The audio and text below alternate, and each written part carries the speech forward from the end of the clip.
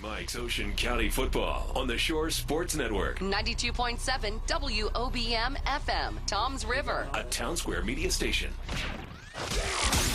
Welcome to Jersey Mike's Ocean County Football on 92.7 WOBM and ShoreSportsNetwork.com. Tonight's game is presented by Jersey Mike's, a sub above, perfect for game day catering. Empowered by Toyota World of Lakewood, your Jersey Shore dealer on the border of Brick and Lakewood. Participating sponsors include Seaview Orthopedic and Medical Associates, your #1 choice for sports injuries and concussion management. And Bum Rogers Crab House in South Seaside Park, serving the Shore's best seafood for over 40 years. Now, here's Matt Harmon, Kevin Williams, and Ed Sarluca with Jersey Mike's Ocean County Football. On Ocean County's hometown station, 92.7 WOBM and ShoreSportsNetwork.com. It's a picture-perfect night in Ocean County. The Civil War resumes tonight. The Battle of Toms River as the Mariners of Toms River North get set to host the Indians of Toms River South. Ed Sarluca is our man down on the field.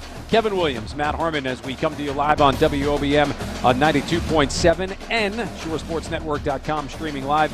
Kevin, the importance of this game, something that everyone in the Shore Conference knows about. It's one of those games normally, I would say, throw the records out, and maybe that's the case tonight, but these teams vastly different in terms of what they've done up until this point, 5 games in. Yeah, Matt, you talk about two teams heading in opposite directions. Toms River North, after coming off a 1-win season, won their first 3 games. They've lost their last 2 by a total of 3 points. 4 more points, they'd be 5-0. They have a high-powered offense, and when it clicks big time. Meanwhile, Toms River South, who we saw a few weeks ago, has really struggled, especially on offense, averaging only 8 or 9 points a game. Still looking for their first win. It would make things a lot better for this season to get that win tonight in the 47th meeting in a row between these two teams. We saw the Indians a couple of weeks ago against another Toms River team. That was the Raiders of Toms River East who won that game. And you look, I think for this Toms River team, they've got to make a statement to themselves today. You mentioned the tough losses the last couple of weeks.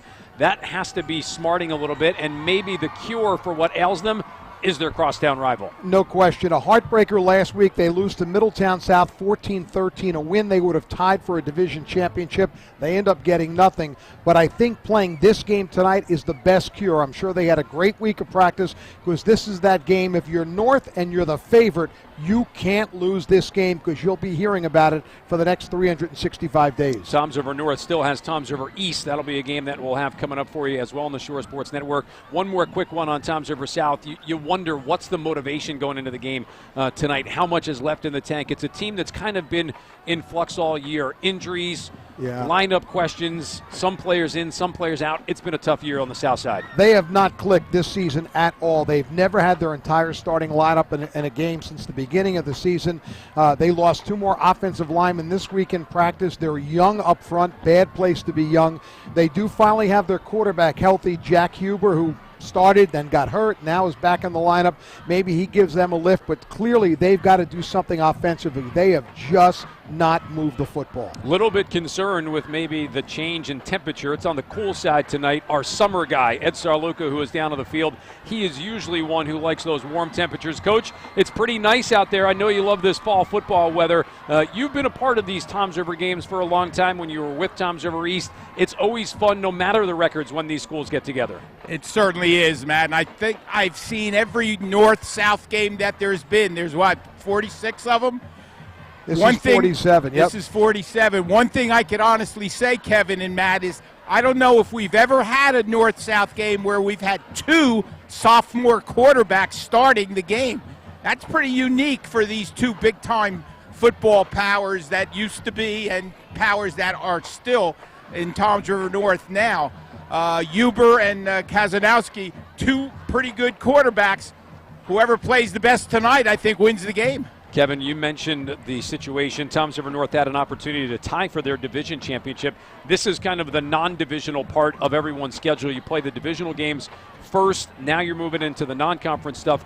But the win would be extremely important for this North team. They are still trying to figure out where they will fit into the state playoff picture. Absolutely. Kind of a, not must win, but honestly, they're in that Group 5, a very crowded division. Even now, they sit to the bottom portion of the 16 South Jersey teams that will eventually get in the playoffs and then split into two 8-team brackets. So indeed, it is a big game for them, and it's another big school they're playing, so there's decent amount of points on the line tonight. So no question, Toms River North, they have hopes of not only making the playoffs, but finishing somewhere respectable, maybe even getting a home game. Well, they've got to win tonight, and they've got to win the rest of the way out. It's a very difficult schedule so far that this Toms River North team has had. Kevin mentioned the loss last week just by a point to Middletown South. A surprising game perhaps 2 weeks ago when they dropped a 2-point decision to Freehold Township. You could have said, okay, maybe looking ahead a little bit to Middletown South, but you're only looking ahead if you win the next game. Right now, North on a 2-game losing streak. Yeah, when they were 3-0 and flying high, I think just about everyone figured, well, at the very least, they're going to get a piece of the division championship, and did not turn out that way. It's a mixture of young and old. There's some really good seniors on this team, but there's also a lot of very talented sophomores, and sometimes those sophomores in big games are just not ready, whether that was the case the last couple of weeks, but it's time for those guys certainly to grow up and be ready to make a role here at the end of the season. As summer really goes into fall, now is the time. If you're a championship team, you got to start playing like that. Ed, dare I say you've seen it all in your long coaching career. If you're on the south side, how are you motivating guys after what's really been a tough start to the year? Yeah, well, that's a tough situation over there. They've lost some games that maybe they should have won, at least hung tough in.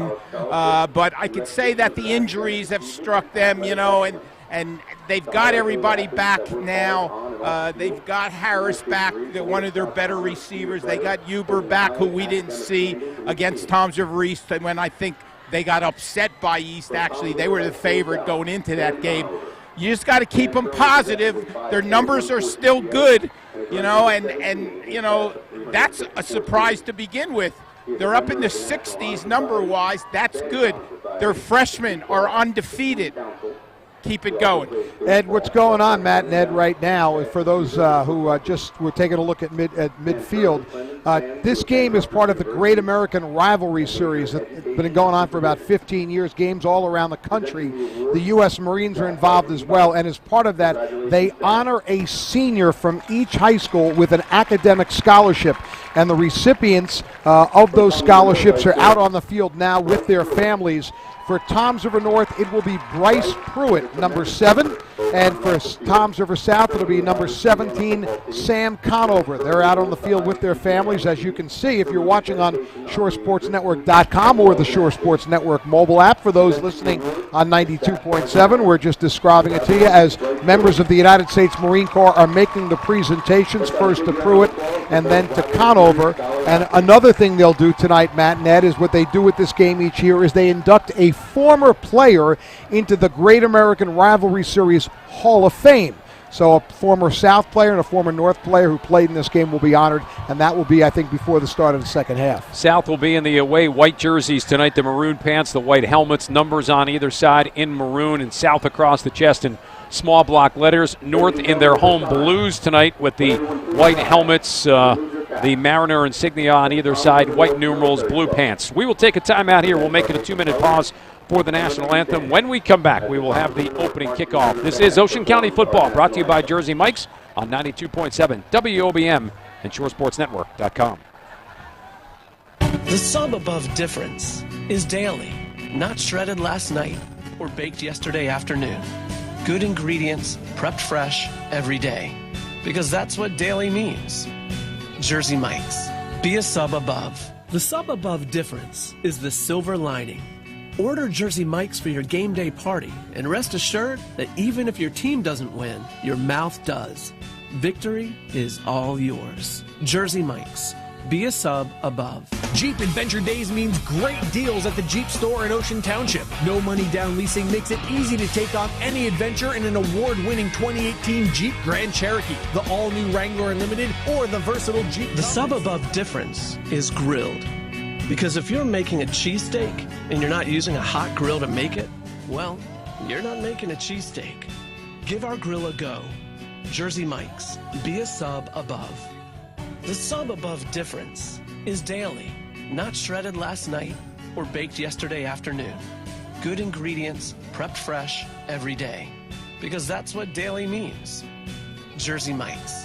Be a sub above. The word is out, and so is the awesome brunch spread at the Melting Pot every Saturday and Sunday from 10 a.m. to 3 p.m. at the Melting Pot. It's not your ordinary brunch. Check this out. Delicious Alpine Benedict fondue, French toast fondue, buttermilk chicken and waffles, mouth-watering sandwiches, burrata melon salad, and if you're 21 or older, enjoy a complimentary mimosa. Yes, it's brunch and it's on. The Melting Pot, now open every Saturday and Sunday from 10 a.m. to 3 p.m. Located in the Galleria, Two Bridge Avenue, Red Bank. Book your experience today. We are LakewoodToyota.com, your Jersey Shore dealer. We are LakewoodToyota.com, your destination for express maintenance with the right price, right quality, right now. We are LakewoodToyota.com, your #1 Tacoma dealer. With over 500 new, used, and certified vehicles, and service specialists for all your oil and filter changes, brake inspections, tire rotations, and more. We are Toyota World of Lakewood on Route 88. We are LakewoodToyota.com. Ready to take the next step in your career? Trying to figure out what's next after high school or community college? Georgian Court University is ready to help. Sign up now for a campus visit or info session at georgian.edu/visit. Learn about the college experience. Discover what a degree from GCU can do for you. Whether you are just out of high school or if you're an adult learner looking to transfer, GCU is the place to expand possibility. Take that first step. Make GCU your place. Register now for a campus visit or info session at georgian.edu/visit. Jersey Mike's Ocean County Football on the Shore Sports Network. 92.7 WOBM FM, Toms River. A Town Square media station. Now back to Jersey Mike's Ocean County Football On 92.7 WOBM and ShoreSportsNetwork.com. The Jersey Mike's Game of the Week is, of course, powered by Jersey Mike's. Order Jersey Mike's for your game day party. Even if your team doesn't win, your mouth will. Jersey Mike's, be a sub above. And by Toyota World of Lakewood. Your Jersey Shore dealer is the exclusive auto sponsor of our Game of the Week. They are Toyota World of Lakewood. On the border of Brick and Lakewood. Shop them 24/7 at LakewoodToyota.com. Sixth game of the season for Toms River South and Toms River North. Happy to be part of it here at ShoreSportsNetwork.com, 92.7 WOBM FN. Vin Ebino, our guy upstairs, running the cameras. Inside with Kevin Williams and myself, Matt Harmon, Tom Tremblay, and Greg Lerner. Ed Sarluca is down on the field. We are waiting for the captains to make their way out to midfield. Toms River North coming into this one 3-2 overall. The Indians of Toms River South at 0-5. And we said this is the 47th meeting between these teams. Toms River South leads the overall series 25-20 with one tie, and the way it worked was South won about all of the early games. North pulled off an amazing upset or two, but series was dominated by Toms River South. And then as we hit the new century, it became all Toms River North. Although South did win not only last year 21-14, but in 2013. Captains out on the field, Sam McKinlalu, Sam Conover for Toms River South. For Toms River North, it's Will Marsh, Jordan Johnson, Stavon Drew, and I missed one there, Matt. Okay. Toms River South, you are the visiting team. We're going to call you right. Toms River North, you are the home team. We're going to call you blue. Okay? This is the coin that I was presented with tonight. This is the rivalry coin amongst you two teams, okay? Officials for tonight's game. That's the heads. Referee John Mullen. That's going to be the tail. Umpire John Brown. Linesman Jimmy Frederick. Line judge There's the Dave tail. Couture. Okay? We have two Field judge Tim LaCraft. to help us with the coin toss. Thank you guys for your service. And your clock All right. operated Who are you going to call? Sorociak. Heads. Head. Hey, heads is the call. It is a tail. Now, kick, receive, defender, defer. You want to receive. Okay, which goal do you got? Okay, the Mariners have won the toss and elected to receive. So they want the football on offense to start this big rivalry game, guys. Captain I missed for Toms River North was Vinny Palmieri. Here are your officials tonight. The referee is John Mullen. The rest of the crew, Tony Benedetto, John Brown, Dave Featherer, James Fregletti, Tim Lacrasse, and Harold Sorodiak. Those are your officials for tonight's game. Should be a fun one, as it always is, with these two teams matching up. Again, the Indians will be in the white tonight. Toms River North in the navy blue. Both teams wearing white helmets. We encourage fans from both Toms River South and Toms River North to participate. Our opening kickoff tonight is brought to you by Moe's Southwest Grill. Hey, football fans, did you know that Moe's caters? They deliver the ultimate Southwest experience right to your tailgate. Plus, every order comes with free chips and salsa. Order today at Moe's.com/catering or visit the Moe's of Toms River in the Kohl's Shopping Center. After tonight, Toms River South will be home for Jackson, Liberty, and Barnegat. They've got a Thanksgiving Day game scheduled against Lakewood as well. For Toms River North, just 2 games remaining as they do not play over Thanksgiving break. At Toms River East next week, you'll hear it live here at 92.7 WOBM and watch it at ShoreSportsNetwork.com. They'll finish up back at home here against Southern Regional. I don't know what the delay is, but there is a delay of some kind.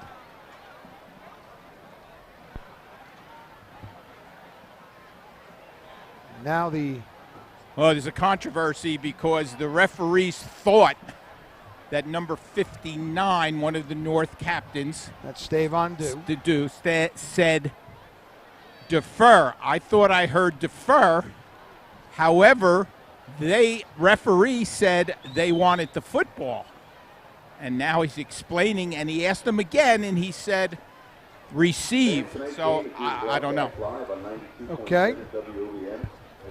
All right. So as they say, we're in a holding pattern right now. Good. Let's go right into a controversy. Both head coaches are having different conversations. Ron Signorino on the far side, Dave Ozowitz on the near side. He had the ear of the referee, who will now march over and tell the Mariners, Coach Sig what the deal is. Mariners did not win the argument. Okay, there you go. By the way, both these coaches have about the same amount of experience. It's Dave Ozowitz's 6th season at Toms River North. Prior to that, he was the head coach at Lakewood for 2 years. And for Ron Signorino Jr., it is his 8th season at Toms River South. But, of course, any football fan knows his father, the legendary Ron Signorino Sr., was the head coach, the very successful head coach for many years prior to that. Nothing like a head coach, and in this case, it's Dave Ozowitz being irate before the opening kickoff even happens. Yeah, it was an obvious mistake. I think the referee actually got thrown off a little bit because as he was ready to toss it, if you saw, he dropped the coin. And I thought everything sort of got out of sync then. Neither of the captains spoke very in clearly. A high voice tone, Billy Zykowski, number 95, will put the ball at the 40-yard line. It will be Toms River South who will kick off. They will defend the goal off to our left. We are on the north side in the press box. Back deep, number 4, Deshaun Wilder, the senior, and his classmate, number 1, Aaron Craig. Edition number 47 of the Civil War. It is a short kick fielded by Jordan Johnson right around midfield. He is tackled at the 50-yard line, and a short field to work right away for Toms River North. Well, was that an onside kick that didn't go right, or was that just a muffed kick? Sophomore quarterback Jake Kazanowski coming on right now, wearing number 19. In the backfield, number 29, Jared Pruitt. Will Marsh, number 11, will line up as one wing. The tight end, John O'Donnell, Stavon Drew, and Najee Hollenbach, the 2 tackles. Nick Rendon, Cross Collin are the guards, and Dan Crow is the center. Marsh in motion. Quick pitch to Pruitt. Trying to bounce it outside and runs right in to the hands of Kenny Johnson, the defensive end, who will make the tackle 3 yards behind the line of scrimmage, bring up a 2nd and 13. Pretty good defensive play by Johnson from his left defensive end spot. Just came across the line of scrimmage, and when the pitch was made, he was right there. 2nd down, 13 from back inside North Territory at the Mariner 47. Shotgun formation for Kazanowski. He will give it to Pruitt, picking a spot off on the right side, getting back to 3, lost. 3rd down and 10 coming up. Johnson and Keith Calloway, the 2 defensive ends. Anthony Townsend and Justin Bonilla, the 2 tackles. Dominic Spedalari, the middleman. Sam Akinlolu on one outside linebacker spot. Jerry Ferrigno the other. Nashawn Small, Jurian Harris, who's back in the lineup. The two corners, Sam Conover and Travis Squire, are the safeties. 3rd down and 10, a South stop, and they'll survive what was a bad kickoff to start the game. 4 receivers set, 3 to the left, 1 to the right. Flags are out, and we'll get the first sideline warning of the evening. It'll be thrown on Toms River South. So now the question is, how long before Toms River North gets one? Usually by the end of the quarter. Yeah, I agree. Shotgun formation again for Kazanowski. Full complement of receivers to work with. 4 into the pattern. Stops, throws, looks, has a man. Target open. Aaron Craig will make the catch, then fumble the football. Scooped up by Will Marsh, who just happened to be in the same area for Toms River North, who will get about 20 and pick up a first down. Well, Craig was wide open, found a seam. Boy, they gave him a lot of room, and he just went about 15 yards downfield and found a nice soft spot in the zone and was able to make the catch. And fortunately, after fumbling ball, it was recovered by the Mariners. There is an injured Indian on the play. Matt is going to say Craig has been a big play guy. Coming into tonight, he had 4 catches for 136 yards and 3 touchdowns. And what's been interesting about this Mariner team was, they had rolled for a while there. It looked like they had the high octane offense. After beating Manalapan in that thriller on a kickoff return, 15-14 in week 1, they put up 48 on Howell, 42 on Central, and I think everyone was ready to pronounce it, Air Mariner. Kazanowski putting up big numbers. He was our player of the week 1 week. Well, the last 2 weeks they've scored 14 and 13 points, so it's sort of been a feast or famine type offense for this North Mariner team. Kevin, let me throw this to you as well, since we've seen Toms River now South already, and we're seeing them for a second time this year. Keith Callaway, Kenny Johnson, 2 good defensive ends, right? They've got some talent in the secondary with Harris back in. Conover, I thought Squire played well when we saw him a couple of weeks ago. Akinlolu's a good athlete. They've got good players, but as you said in the open, they just have not been able to put it together. Yeah, they have not gelled at any point. The first half against Toms River East, the game we did a couple of weeks ago, was the best half of football they've played, and really probably the only real good half of football they've played all season long. Nashon Small, the corner, the player who was shaken up, so he will check out for at least a play. Damola Fasikin will come on as the extra corner now. First down and 10 for the Mariners. Back to the ground they go. Pruitt off the right side. Squirts through a small hole. He will get 2 down to the 28-yard line. Squire coming up to make the tackle.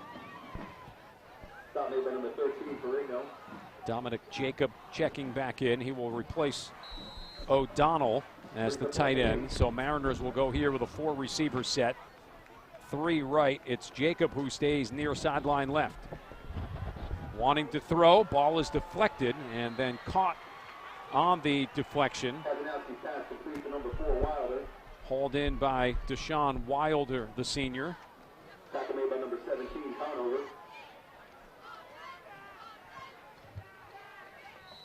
Third down and just about 6 coming up for Toms River North. Jacob to the right. Wilder,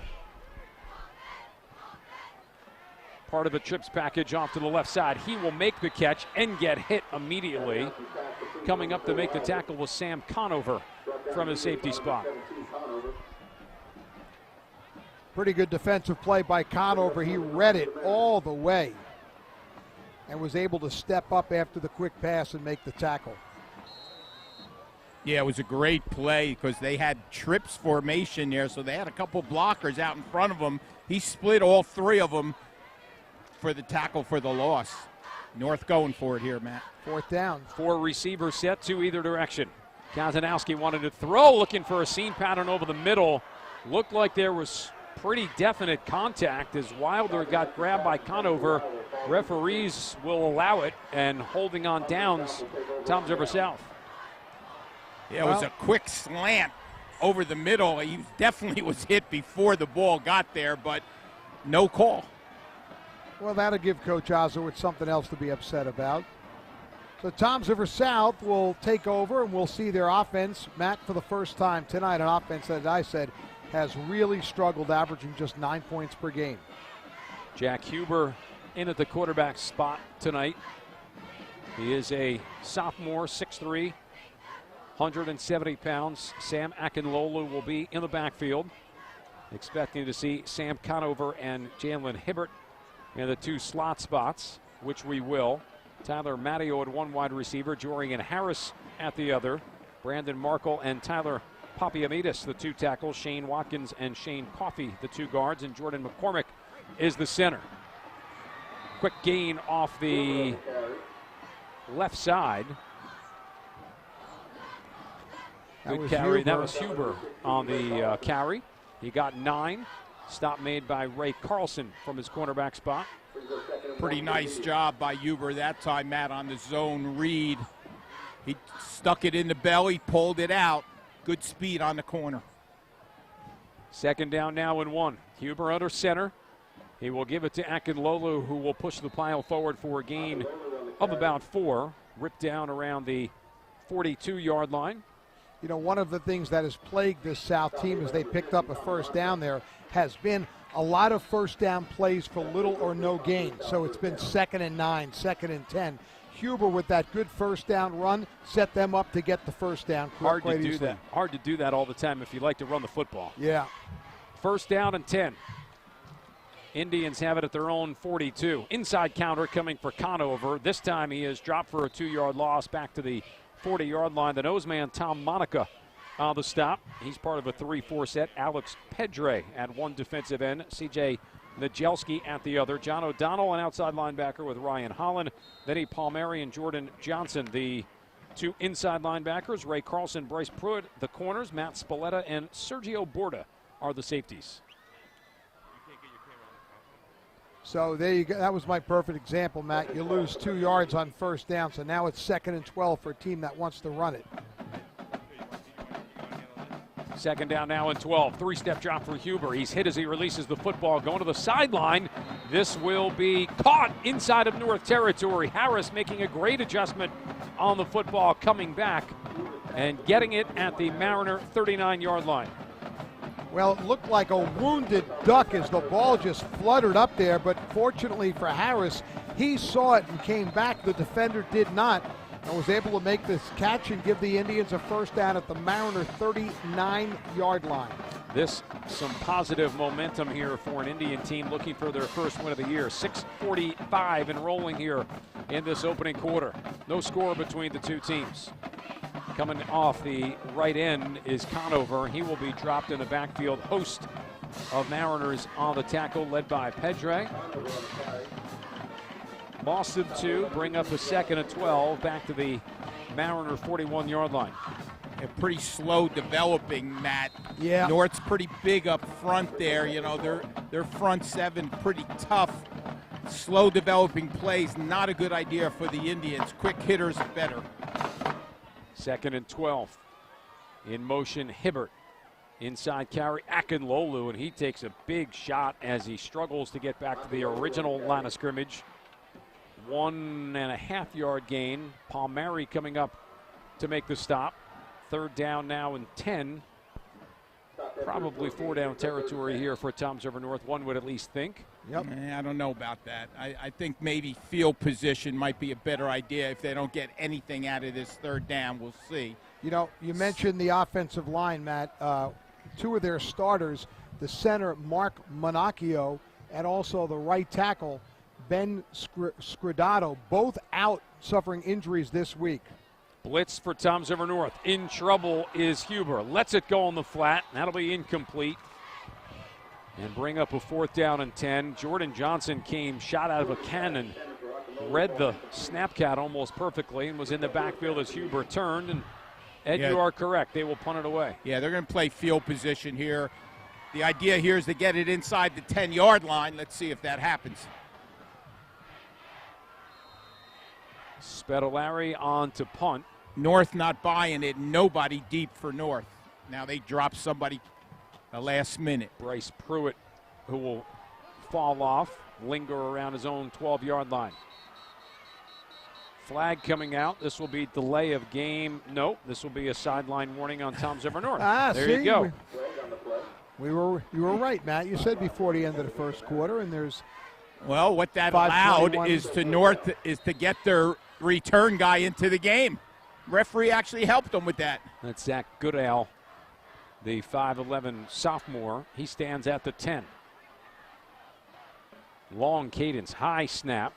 Spedalari will drive it low, takes a good bounce, and it will roll into the end zone. Too good of a bounce there from Spedalari, and come out for a touchback where Toms River North will get their hands on the football for the second time tonight. 5:09 remaining in a scoreless opening quarter. That is not the punt the Indians coaching staff wanted. The whole idea was to try and pin him back deep, and he just nailed the line drive punt that bounced right into the end zone, so North will get it at the 20. Plus 20 yards, that's it. Yep. Kicked it from the 40. Kazanowski on at the quarterback spot. 3 receivers to the right. Single man left. Wanting to throw to that single target, and he's got him. Off to the races is Dominic Jacob, midfield 40. Don't think anyone's going to catch him, 25-20. Near sideline, 10-5, touchdown. 80 yards, one play, scoring drive for Toms River North, who goes up 6-0 with 4:56 remaining. Well, Jacob came in as the Mariners' leading receiver, 11 catches for 151 yards. He had 2 touchdowns. He now has 3. Speed guys get him in space, hit him in stride, and there's no one going to catch them. Yeah, just a quick little slant. The pass traveled about 5 yards downfield. He took it 80. I said the South guys, South defensive backs were giving them a lot of room, and the problem was he got that one in stride, and it was off to the races. Joe Romeo on for the extra point. Pretty good snap, good hold, and the kick is good. Mariners on a one-play, 80-yard drive go up 7-0. 4:56 remaining in the opening quarter. We'll take a 30-second timeout, come back with more of our Jersey Mike's Game of the Week. Ocean County football at 92.7 WOBM and ShoreSportsNetwork.com. If you need orthopedic care, turn to Seaview Orthopedics. They have a specially trained staff of board-certified and fellowship-trained physicians who specialize in general orthopedics, as well as joint replacement, sports medicine, arthritis care, physiatry, pain management, and pediatric orthopedics. They believe in earning the trust of their patients and their families, not only by providing the highest quality and leading-edge medical care, but also with sincere compassion. To find a location near you, visit SeaviewOrtho.com.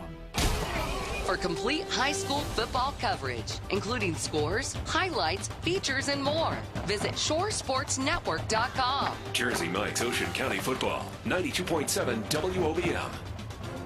And our opening score of the night brought to you by Bum Rogers Crab House in South Seaside Park, serving the shore's best seafood. Open 7 days a week for lunch and dinner. Visit BumRogersTavern.com.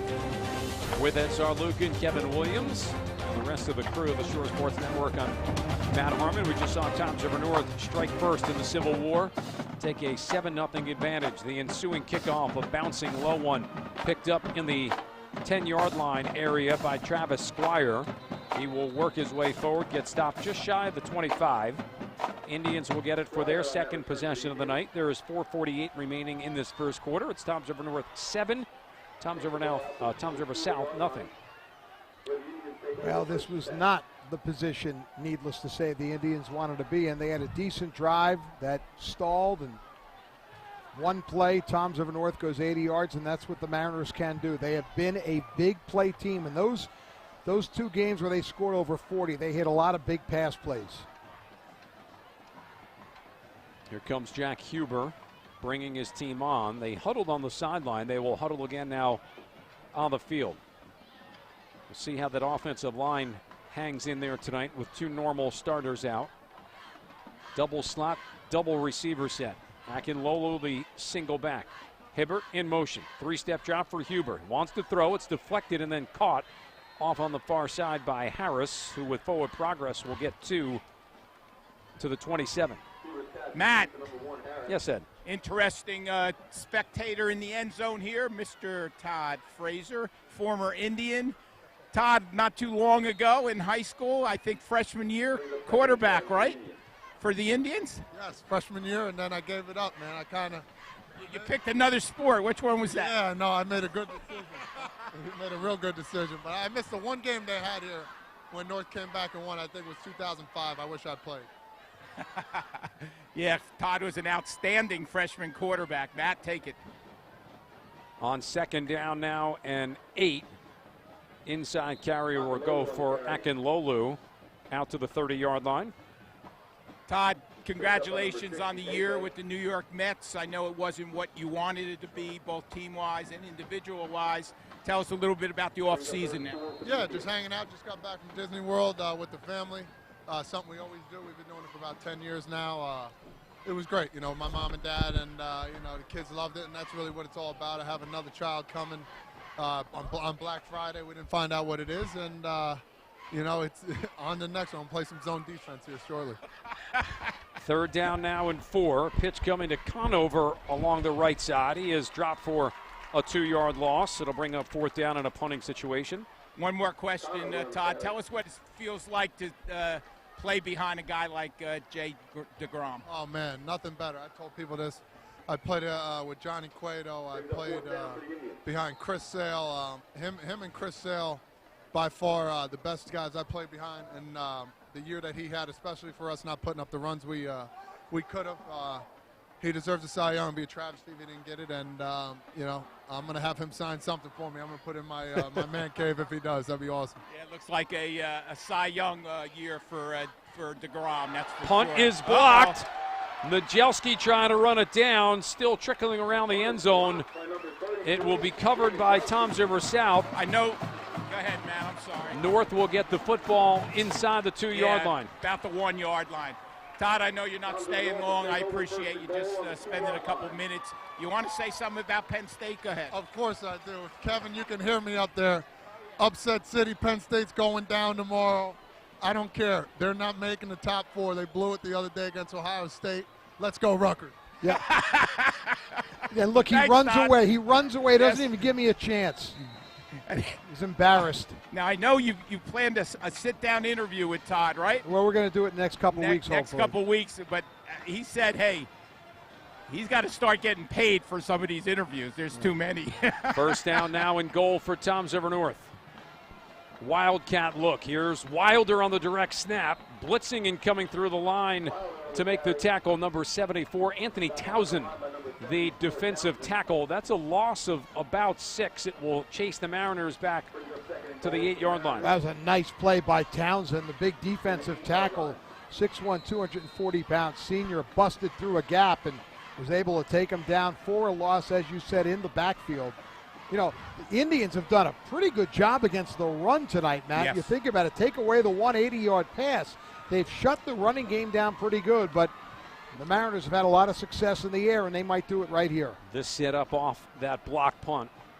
Wilder will move back into the backfield, pistol set, and Wilder will get the carry. Bounce it to the outside, inside the 5, touchdown, Toms River North. Started as a slot, moved in the backfield, took it from Kazanowski, and runs it in from 8 yards out. Mariners cash in on the block punt. They lead it 13-0 with $1:40 remaining in the opening quarter. Right after I say they've done a good job against the run, they kind of just torched them right on the ground and went in for the score. So that block punt does indeed end up in a Mariner touchdown. Boy, you just can't have those things happen when you're a decided underdog. And did you get the block, by the way, guys? I was in the end zone. I got a good look at it. I'm not sure, though, if you got it.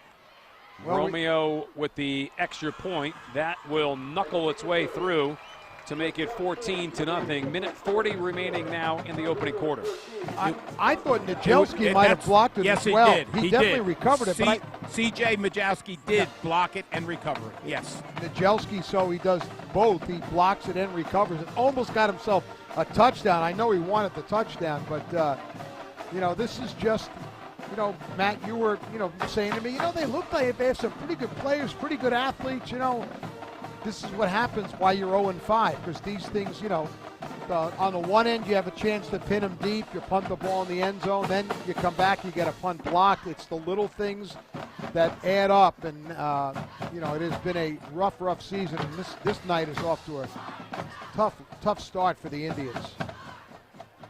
South will get the football back here as we move into the late stages of the first quarter. Remember, last year, the Mariners were 1-9, and Toms River South beat them 21-14. And I know one thing: the seniors for North haven't forgotten that. High end over end kick, Romeo. This will bounce out of the back of the end zone, come out for a touchback. And the Indians will try and respond here on the offensive side. That was kind of dangerous because the guy deep just came up and didn't make any attempt. If that ball had not made it into the end zone, North could have recovered that. It's a free ball until it hits the end zone. Luckily for the Indians, it did hit the end zone. I think the one deep guy thought the other guy was going to take it, and they just sort of They both came up. They both came up. Okay, South's got to get something going here to stay in this ball game, or it could get ugly. First down and 10 from the Indian 20-yard line. Minute 40 remaining in the opening quarter.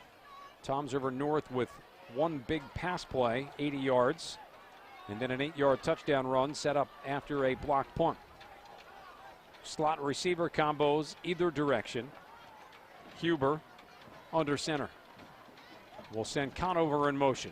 Huber will keep it himself. Inside out move. He's got the 30-yard line, 35 out to the 40.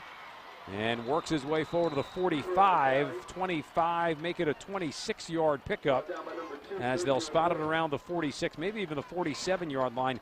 Nice movement by Huber. Well, that's two good runs he's had tonight, one to the left side, one to the right side. Read that one well.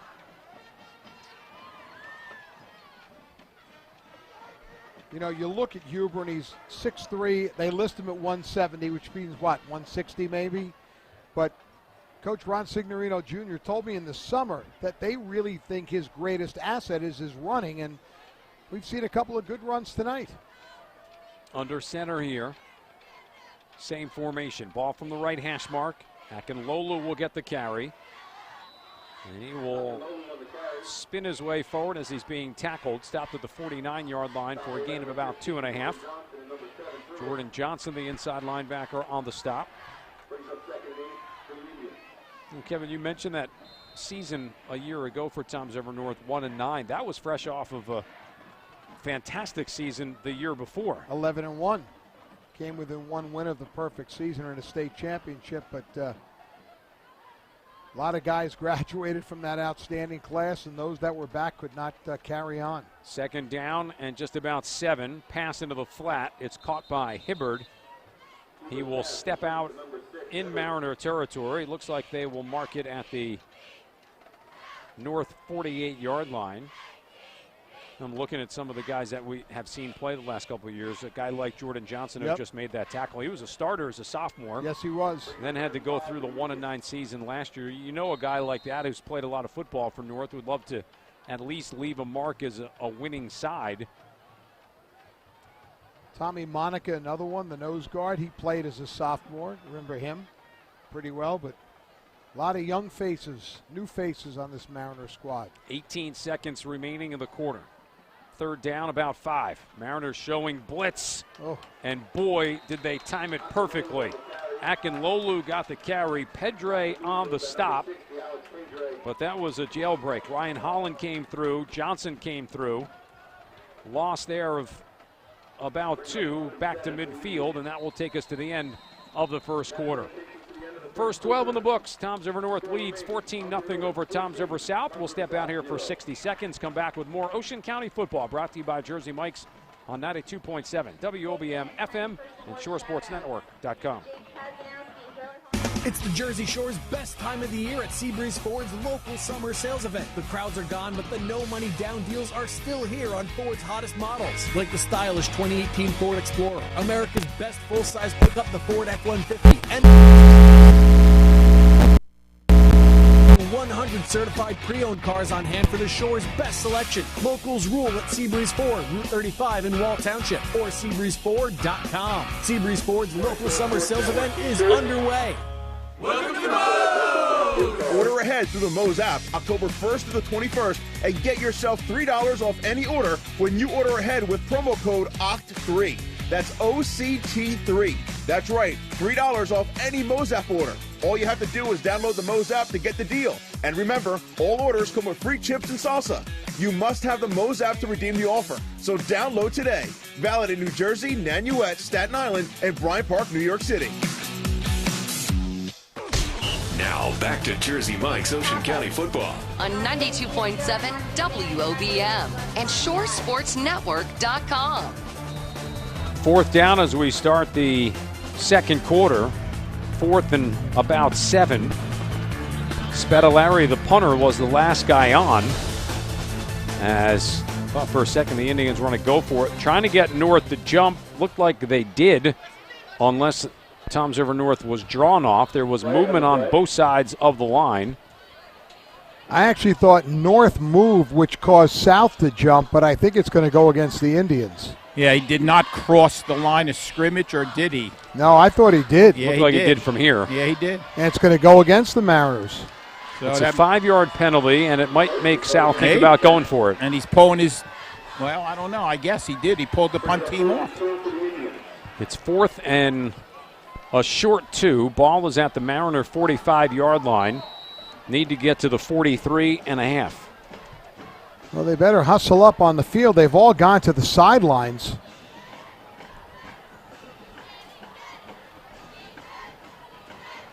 Seems like an awfully long time here. Now they trot back on the field, and the offense is in there. They better watch the back judge. Now they go into a huddle. They've done that a couple of times. They've come from the sideline in no one clue. huddle. Here comes the back judge is counting right now. They're going to have to use a timeout, and that's exactly what will take place. The Indians have done that at least 3 times tonight. They've talked about it on the sideline, and then, Kevin, they've come onto the field and huddled as well. Usually you think one or the other, and especially if you're going to go for it on 4th down, you got the penalty. You must have had a play that you wanted to come back out and run. Yeah, I mean, clearly when they got the 5-yard penalty, they sent the punt team right off the field. They stood on the sidelines for a good 20 seconds, 25 seconds, and as you mentioned, then they came back on and went in the huddle. And we knew right away the back judge was going to start counting, and a 5 count, and they had to use a timeout. But at least now maybe they'll get the play they want. But you know what? You're 0-5. You're down 14-0. It's 4th down and a couple. You got a punt blocked, and the first punt was not a good punt. Why not go for it? So 4th and less than 2. Indians this time will come right to the line of scrimmage. Huber under center. Slot either direction. Huber wants to throw. Reverse pivots out. Comes to his left. He's going to tuck it, run. He's going to have the first down. Flag thrown from way out of nowhere. That might have been the longest flag I've ever seen thrown. It's going to be a hold against Toms River South. It is. Now the key is, where did it take place?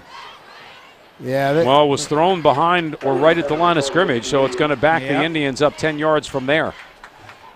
Now they'll probably have to punt. No, without a doubt. That was thrown by the back judge, who... How far, Matt, would you say he threw the flag? I would say a good solid 25, 30 yards. I'm telling you. It must have put a little extra in terms of the little beanies that they throw in there. Yeah, he's got nickels or something, maybe a wrap and nickels there. I'm telling you, man, that thing launched. It looked like something coming out of the air. Well, these last few plays certainly are not going to make the highlight reel for the Indians this year, that's for sure. Now they will go back to punt. By the way, we were told they were changing punters tonight, and it's been Spedalari who's been the punter and has struggled at that spot. Well, the last one was a line drive, so they've got the Goodale up only about 30 yards. Jacob back there as well. Spedalari gets off a decent one here. It'll bounce in front of Goodale, who almost had it hit him, and now it turns out to be excellent punt by Spedalari. It will roll and stop at the 7-yard line. Yeah, give him credit. He got a good one. Got it nice and high, and then it hit the turf and took the bounce the right way for the Indians, and the Mariners will start deep in their own territory with the 14-0 lead, 11-11 left in the second quarter. Toms River North looking for a win in this 2018 edition of the Civil War. They've got a turnaround next week and take on the Raiders of Toms River East. So they play their crosstown rivals in back-to-back weeks. First down now and 10. Stretch play coming near side. Offensive right. It is Wilder who gets the carry. Weaves his way out to about the 12-yard line. Gain there of 5. Bring up a 2nd and 5. Ferrigno on the stop, the outside linebacker. I'm glad I wore my black and white jacket and not my striped jacket tonight, because anybody with stripes on, Dave Ozowitz is in their face, as he was from play number 1 after that toss. He didn't even make it to play 1. Yeah, exactly. Pre-game toss. I mean, he's got the linesman, he's got the umpire, anybody that's near him with a striped shirt. And North uses a timeout here, Matt. They were a little confused having a player run on late, didn't want to risk the 5-yard penalty. It is 2nd down right now and 5 with 10:27 remaining in this opening half. Toms River North 14, Toms River South 9. You got any scores for us? Where's our scores tonight? I've been a little frazzled. I'm not going to lie to you. I'm just starting to check. I'm looking to see where our guy Bob Batters is tonight. Where's our scores? We need the scores. I got one for you, the Brick Memorial Manalapan game. Ed has a Brick Memorial score. What a surprise. 7, start of the second. Actually, 8:50 left until half. It is 7-7. Here's one top 10 matchup. Long Branch leads Wall 13-0. That was late in the first quarter. I think Long Branch, Kevin, one of those teams who going into the year, they had graduated a lot of guys. They are turning out to be a very good football team. There's no question about it. This was one of the harder weeks that I can recall in terms of having to pick games. Ed, I'm not sure if you hemmed and hawed a little bit going back and forth. I found a lot of 50-50 games this week. Well, all those non-division games, a lot of them are pretty good. Kazanowski will operate here out of the pistol. Marsh in motion. The give is to Pruitt, and he is dropped quickly in the backfield. Spatolari coming through with Keith Calloway. Loss of about 3. Make it 3rd down and 8. Got a couple scores for you. Winless Central leads Southern 18-0. It is Barnegat over Keyport 14-0. Brick leading. Who's Brick playing tonight? Lacey. 7. That was 7-0, right, Greg? 14-7, Brick winning, and Toms River East leads Pinelands 14-6. Donovan Catholic on top of Point Beach 21-0 after 1 quarter. 3rd down now and 8. Kazanowski is rolling to his right around the end zone. There was contact. Had to get rid of the football. Ferrigno, the player who was challenging, and now Toms River North will have to punt with their own end zone in the backdrop. Boy, he almost brought him down right in the end zone. Got him at the ankles, and give Kazanowski credit for getting rid of the ball. Unfortunately, he had a receiver there. Otherwise, it would have been grounding. But good defensive series by the Indians, and the Mariners will punt it from their end zone. Borda on to punt. And North moved. Flags out. This will back up Toms River North a little bit more and make Joe Romeo, his issue a little bit he'll be deep tighter in the end zone. No, it's Borda. Borda, I'm sorry. Yeah, Borda is the punter. Back deep for Toms River South is Jorian Harris, and he is standing at the North 35-yard line. Well, if there's a chance for Toms River South to get back into this football game, you would think now's it. I'd go after the punt. No need to here, Kev. They're going to get great field position. 4th and 12. High snap. Here comes the issue. Yep. Goes off the side of the foot of Borda. I'm not sure if it was deflected. There is no flag thrown. It definitely was not hit. Well, if it was not hit, it should have been roughing the kicker. Well, he got Academy Award time, I think. Well, regardless, there was pressure, and it forced the bad punt, and North got a little break in that at least the ball wouldn't hit the turf, bounce forwards or towards Toms River South. But the Indians will start this drive at their own 27-yard line. Another notch on Dave Ozowitz's belt. Toms River East has scored again. They lead Pinelands 21-6. That game right across town here in Toms River. Come on, Raiders. One of my picks. Raritan over Red Bank. No. That's perhaps. Red Bank leading 14-7 over Raritan. That's a good game, too. That's tonight. A great game. Yep. That first down and 10 now for Toms River South. Ball on the left hash mark. Receivers slot either direction. Conover in motion. They'll fake the pitch to him. Huber wanting to go to the end zone. Throwing it up for grabs, and it is deflected down. Bryce Pruitt had the coverage on Tyler Matteo. Step-for-step coverage. It'll fall incomplete. Bring up a 2nd and 10.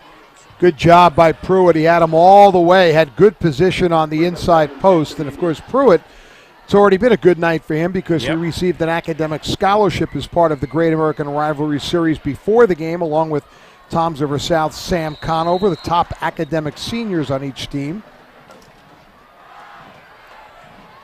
So it'll be 2nd down and 10. I like the play call. I thought on 1st down after getting the ball in good field position, why not go deep?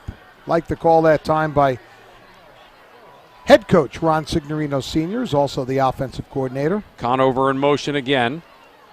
This is Huber on the run-pass option. He will take it back to the line of scrimmage off the right side. Tackled just behind the line, actually. So 3rd down and long coming up. John O'Donnell on the stop. I think Huber's got to keep the ball in his hands a little more. They've had success with him on that zone read, getting the corner. 9 minutes remaining in the opening half. It's Toms River North 14. The Indians nothing. Trips this time off to the right side. Hibbert, Harris, and Matteo. Conover staying as the slot man to the left. Akinlolu, 3-point stance. Hibbert in motion. Huber wants to throw. Puts it out there for Conover. Makes the catch. Down around the 16-yard line. That's going to be just enough for the 1st down. Good job by Conover, Kevin, hanging onto the football. He took a pretty good stick. And an excellent pass by Huber. Conover was in the midst of 3 North defenders.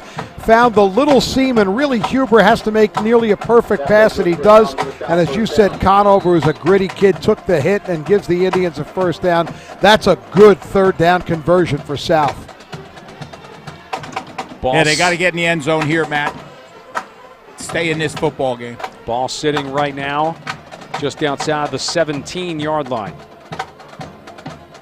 Huber under center. Option off the right side. Has to keep it with immediate pressure. Gets to the line of scrimmage. Nothing more than that. Nice job by Pedre, who's closed the holes down pretty quick tonight for the front 3 of Toms River North. Yeah, we've mentioned his name, Pedre, quite a few times tonight. Manalapan has just scored to take a 14-7 lead on Brick Memorial. 2 teams that after starting slow are starting to play pretty good football. 34-0 Donovan Catholic over winless Point Beach. Boy, it has been a brutal season for first-year Garnet Gulls head coach Frank Papalia, losing 70-0 last week to Shore, and now down 34-0. 2nd down, just about 10, and we've got a stoppage here from our referees and a timeout taken by Toms River South that will come with 7:19 remaining in the opening half. 14-0 Toms River North. We'll step out for 30 seconds. Back with more of our coverage of Ocean County football, brought to you by Jersey Mike's on 92.7 WOBM FM and ShoreSportsNetwork.com.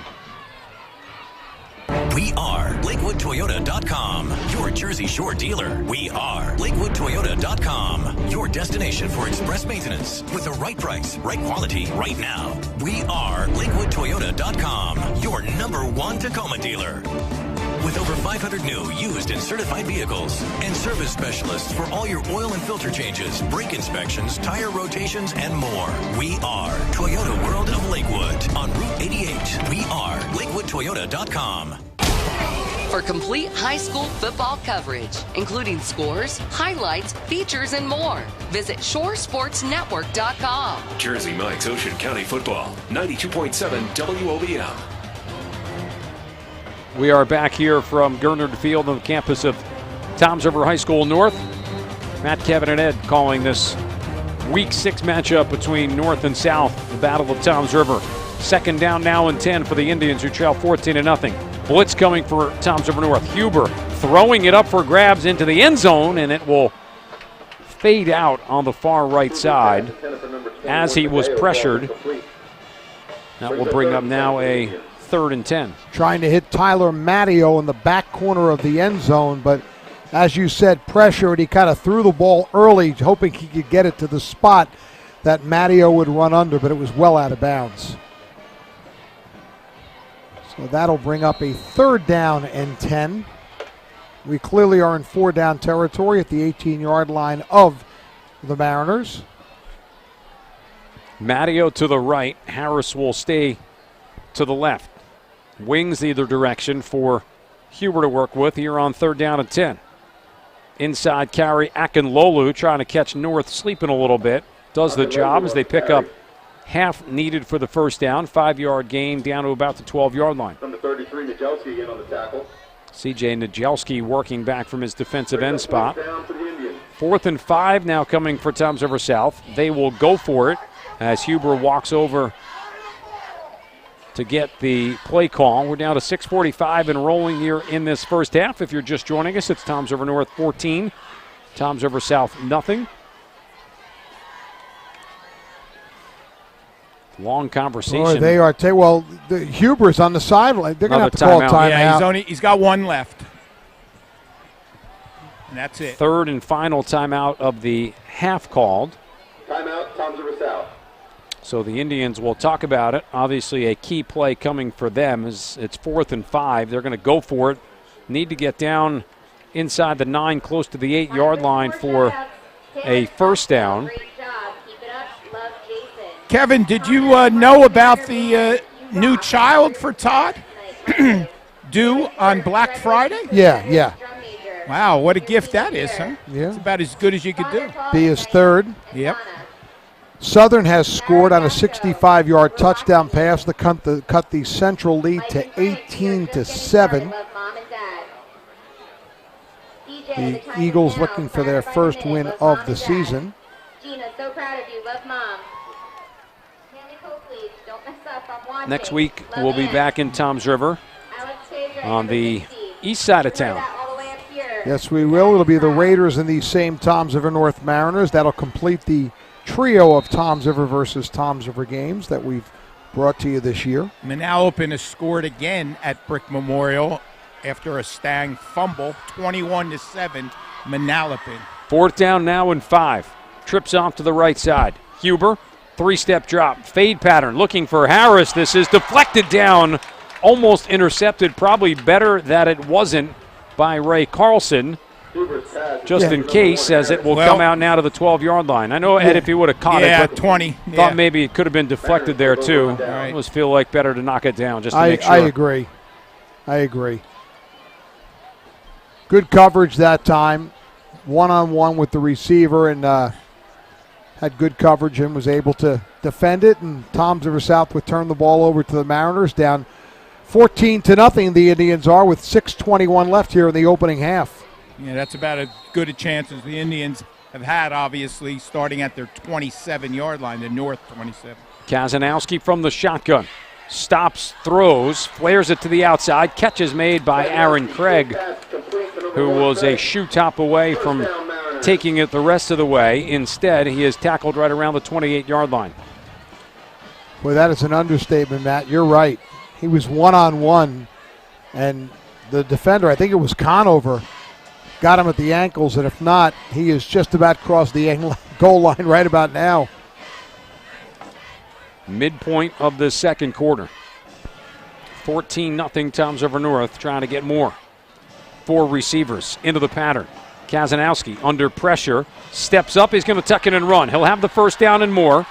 Out around midfield, where he is finally dragged down and tackled by Harris. They will mark the football on the Indian side of the 50-yard line, right around the 49. Good recognition from the sophomore, Jake Kazanowski.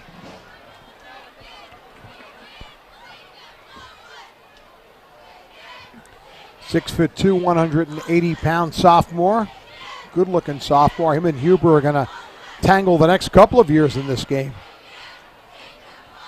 First down and 10 from the shotgun. On the ground, Pruitt getting the carry. Runs through a tackle. Cuts back to his right.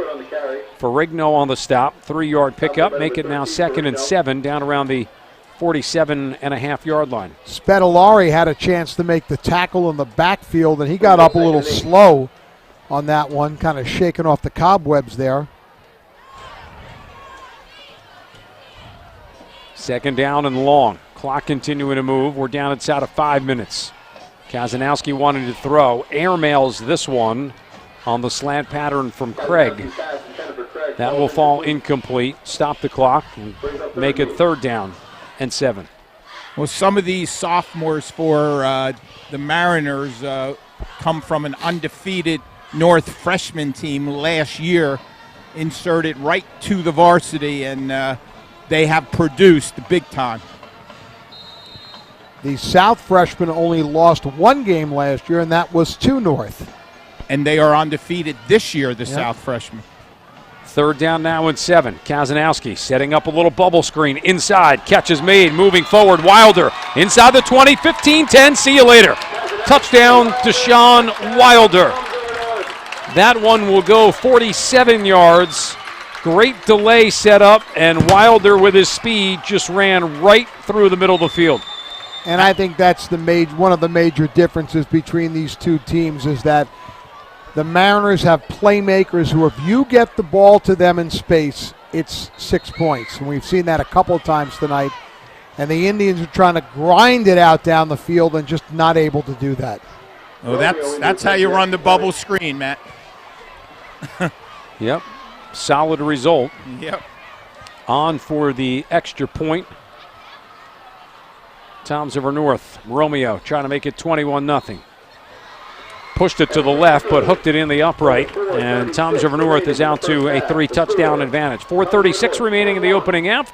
We're back in 30 seconds with more Ocean County football. Brought to you by Jersey Mike's on 92.7 WOBM and ShoreSportsNetwork.com. Even though the fall season is upon us, the entertainment continues at Bum Rogers Crab House in South Seaside Park. Today, enjoy the Basso Brothers from 5 till 8 and Matt Knopfsinger at 9:30. Then tomorrow at 9:30, don't miss Blues Collar, plus Floyd Murray every Wednesday from 6 till 10. If you're looking for the best happy hour and seafood at the shore, fantastic dinner specials, and great entertainment, go to Bum Rogers in South Seaside Park. For a complete schedule of events and more information, visit bumrogerstavern.com. Now back to Jersey Mike's Ocean County football on 92.7 WOBM and ShoreSportsNetwork.com. Ensuing kickoff after the 47-yard touchdown reception for senior Deshaun Wilder, making it 21-0 back here from Toms River High School North. Romeo, high end-over-end kickoff. Squire will field it inside the 5. Come forward 20 and get hit with a nice open field stop made. Getting down the field was drew by Lecky, number 39, senior special teamer for Toms River North.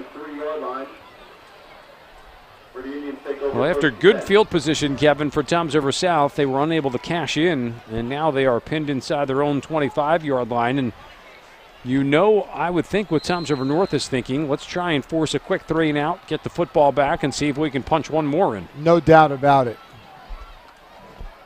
The Indians will need to pick up at least a 1st down or 2 here to avoid giving the Mariners the ball back before the first half comes to an end. North does have 2 timeouts remaining. Plenty of time remaining here in the half. 4.5 minutes. Pressure coming. Huber on the zone read. Tackled back at the 20-yard line. Loss of 3. Well, he timed that perfect, didn't he? Johnson and Monica on the stop. They have done that, Ed, consistently during the course of the nights. Reading that snap count.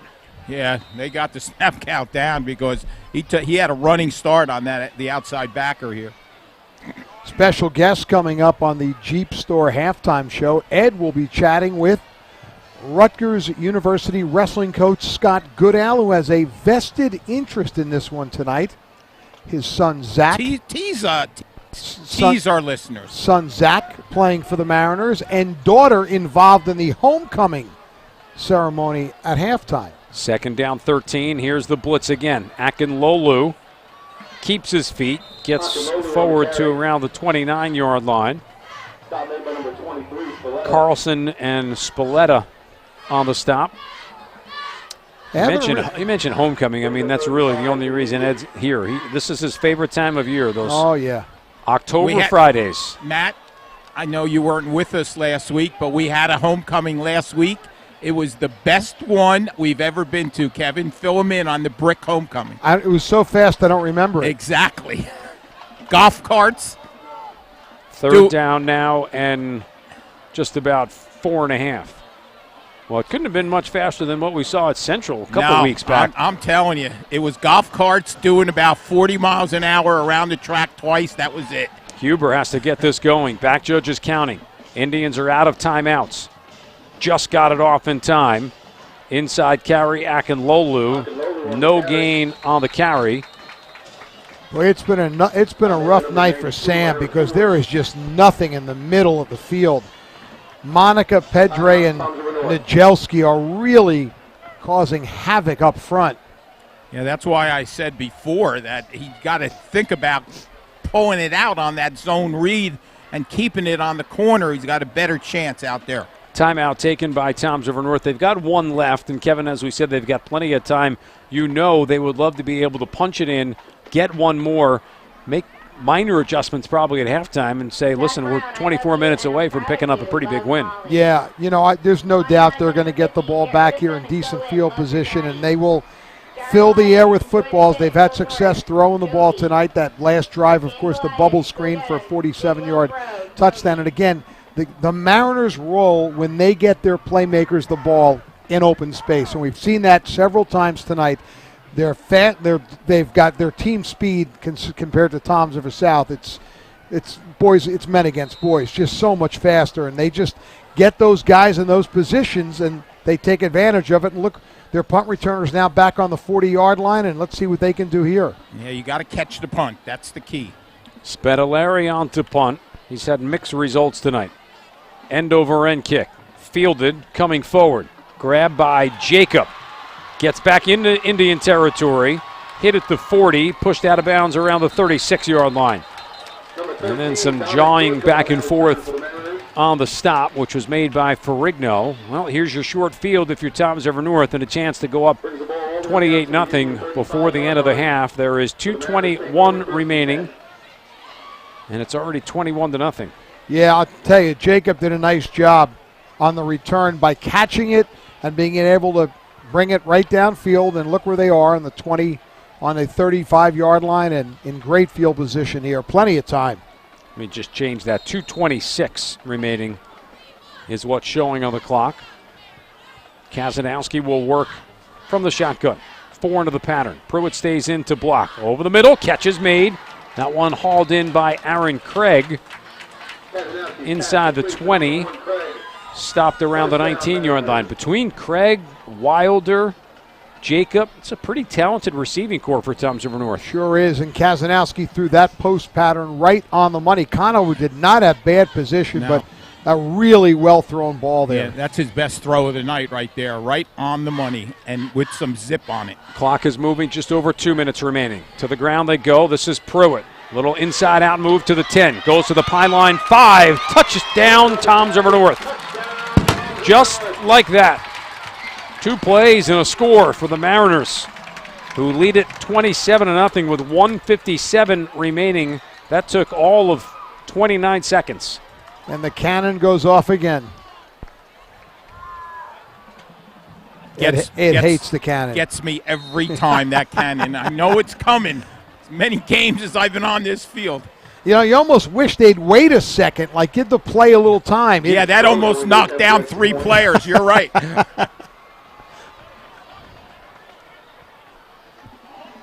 On for the extra point is Joe Romeo. Spalletta the holder. Good snap. Good hold. Good kick. 28-0. Toms River North. And you said the difference, team speed won. And I think the other thing is, you think a play here or play there, Indians just don't take advantage of the chances they have. And again, that's kind of why they're 0-5. I mean, they've got some decent football players, there's no question about it, but they just can't seem to get things to gel. I know it's very frustrating for their coaches. I mean, they work hard all week to get ready. You put a game plan in you feel pretty confident about, but you just can't seem to make the plays. And the difference of the Mariners is when they get those opportunities, they make them. So South will get the ball back here with 1:57 left. And you know, when they get the ball, Matt, the question is, I mean, do you do anything? Because, boy, oh boy, if you turn the ball over here. You almost have to just keep it on the ground, run it in the line a couple of times. Get into the locker room and then see what you can come up with. Squire and Akinlolu both back deep.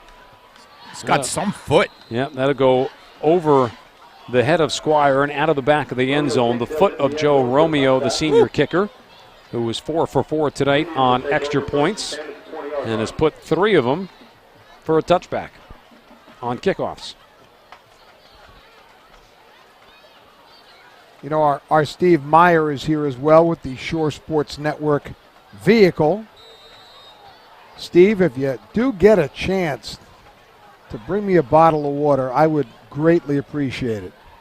Broadcast for the entire crowd to hear. You know, I'm just, what can I say? That's a shameless ploy right there. You think so? Think you're at Central? Carte blanche there. First down now and 10 from the Indian 20-yard line. 5-man front shown by Toms River North. Akinlolu looked like he had a hole, and then as he ran through it, got grabbed by Monica, the nose man. Actually, that time, Ed, Toms River North went to a 4-down lineman look. Yeah, I'll check it out, this play right here, Matt. But North could stop it one more time, 133 and running. I think they'll see what they do on this defensive play and then maybe use that timeout. Yeah. Second down and about 6. Huber under no particular rush. Movement up front. It's going to make it easy. Yeah. Flag on the play. It's going to be second and about 1. This will cost Toms River North 5 yards. And as Ed said, second down and close to a yard. I think you get the first down here and then you just maybe, well, I don't want to say victory formation. Yeah, why do they call it victory formation if you're down by 28? Well, you'd have to call it something else, right? Yeah. White flag formation. Yeah, I guess. Second and a yard. Inside carry going, pushing the pile forward for the first time tonight, Jeremy Rose. Good effort. Who gets the carry, and with that second effort, he will get the Indians a first down. Second and third effort for sure. And there is a Indian that is down right now. 5'7". Yeah, in pain. That is Tyler Papiamidis, who's one of the offensive linemen. This is a Indian team already without 2 normal starters. Boy, the last thing they need is to lose another offensive lineman. Yeah, he's grabbing that right knee, guys. You know, Ed, you had mentioned that this, North freshman team was undefeated last year and all these sophomores. And I told you the South freshman team, I think, only lost 1 game last year. But here's what's interesting. This South team, their seniors, when they were freshmen, I believe did not win a game. And the sophomore class, or the junior class, when they were freshmen, I think only won 1. So now that's not always a predictor of success on the varsity level. I mean, I think it's, if you tracked it over the years, but it kind of shows you that, this group is not, unfortunately for them, has not had a lot of success throughout their high school career. But if you want to be the optimistic Indian, we've got a good sophomore class headed up by Jack Huber. We've got right now an undefeated freshman team, so pretty good numbers. Pretty decent numbers. Yeah, you mentioned that earlier. Yeah. I mean, when you struggle like this and you can still put 60 kids on the varsity, that's not bad. I don't like what I see here as the athletic training staff is out on the field. And the doctor. Dan Kraszewski, the athletic trainer at Toms River South. Also, Kendall Culver, the athletic trainer for North out there, along with the doctors. Poppy Amitis is one of those sophomores for Toms River South. Where's number 57, 6'2", 215? I believe I said left knee. It looks like the right knee, guys. I'm sorry. We'll keep it right here. We'll tell you that tonight's game, the Jersey Mike's Game of the Week on 92.7 WOBM on the Shore Sports Network, is powered by Jersey Mike's. Order Jersey Mike's for your game day party. Even if your team doesn't win, your mouth will. Jersey Mike's, be a sub above. And by Toyota World of Lakewood. Your Jersey Shore dealer is the exclusive auto sponsor of our Game of the Week. They are Toyota World of Lakewood. On the border of Brick and Lakewood, shop them 24/7 at LakewoodToyota.com. Good news here, Matt. Poppy Amitis is up. Little limp, but not as bad as we had thought. It looks like, trying to check the number of who just entered for him. Wait to see as they break the huddle the Indians do. They're going to leave in Jeremy Rose, number 25, who's giving Akinlolu, I guess, a break. And it will now be 1st down and 10. Under center is Huber. This is Conover running off the right side, struggling to get back to the line of scrimmage. Number 44, O'Donnell. Matt Rice, number 69, the player who has come on for Poppy Amitis. Brings up 2nd and 10 for the Indians. Loss of a yard, make it 2nd down and 11. Likely the final play from scrimmage. Yeah, South does not have to run a play, and they will not. Try to get a quick word to see if Dave Ozowitz has calmed down a little bit before he goes into the locker room. 28 points on the board's got to make him somewhat happy. Score remains. Toms River North, 28. Toms River South, 0. First half in the books. It is 28-0. We'll hold here for a second as the Mariner head coach Dave Ozowitz trying to pick up his 4th win of the year. We'll see if we can grab him for a quick word as the teams head to their respective halftime spots. Coach, calm down a little bit from that toss. Yeah, these games, I got to protect my player a little bit there, you know what I mean, even if he was wrong. But, yeah, it's an emotional game, you know, and you never know in these rivalries. You've coached in them plenty of times. You know, happy with right now where we're at, but there's certain things offensively we got to do better up front. Well, 28 points on the board, got to make you happy, hitting the home run. Yeah, I mean, we've been waiting for this. We're a big play offense, and, you know, we've kind of been stalled out the last 2 weeks, but excited for our kids to get 28 points on the board. Need a really good 3rd quarter here to close them out. Yeah, probably like to get the running game going, right? Yeah, our running game's been our rock all year, but you know what? We'll take any way we can get it. Okay, good luck 2nd half. Thanks, Coach. That is Dave Ozowitz, the head coach for Toms River North. His Mariners off to a 28-0 start through the first half. We come back. We've got that special halftime interview for you with Ed Saraluki down on the field. We'll have scores. We'll recap the first half. We will look ahead to the second half as well. Stick around. We've got plenty to come for you here as we cover Ocean County football. Brought to you by Jersey Mike's on 92.7 WOBM and ShoreSportsNetwork.com. Welcome to the Mo! 3 minutes. Order ahead through 3 the Mo's minutes. app October 1st to the 21st and get yourself $3 off any order when you order ahead with promo code OCT3. That's OCT3. That's right, $3 off any Mo's app order. All you have to do is download the Mo's app to get the deal. And remember, all orders come with free chips and salsa. You must have the Mo's app to redeem the offer. So download today. Valid in New Jersey, Nanuet, Staten Island, and Bryant Park, New York City. Hey, Chrissy, where can I score my best deal on a new set of wheels? Searching? Sansone Jr.'s 66 Auto Mall. During the fall sales, petition hard, knocking down prices, payments, and financing rates on a huge lineup of new Nissans and Kias. What if my credit's out of shape? Don't sweat it. When the blitz is on, their only job is to say yes with credit approval in 15 minutes or less. Sansone Jr.'s 66 Auto Mall, where we work hard to make car buying easy. The sub above difference is daily, not shredded last night or baked yesterday afternoon. Good ingredients, prepped fresh every day. Because that's what daily means. Jersey Mike's. Be a sub above. The sub above difference is the silver lining. Order Jersey Mike's for your game day party and rest assured that even if your team doesn't win, your mouth does. Victory is all yours. Jersey Mike's. Be a sub above. Jersey Mike's Ocean County Football on the Shore Sports Network. 92.7 WOBM FM, Tom's River. A Town Square media station. 36-month lease with approved credit through TFS Corolla 5189 or RAV 44988 to assigning $0 security deposit. Excludes tax tag title 439 doc fee 10K miles per year. Ends 10/31/2018. Get it all at Gateway Toyota. Sign and Drive is going on now at Gateway Toyota. New 2019 Corolla LE CVT or 2018 RAV4 LE. Your choice. Drive only $99 a month. Get it all at Gateway Toyota. Tom's River GatewayToyota.com.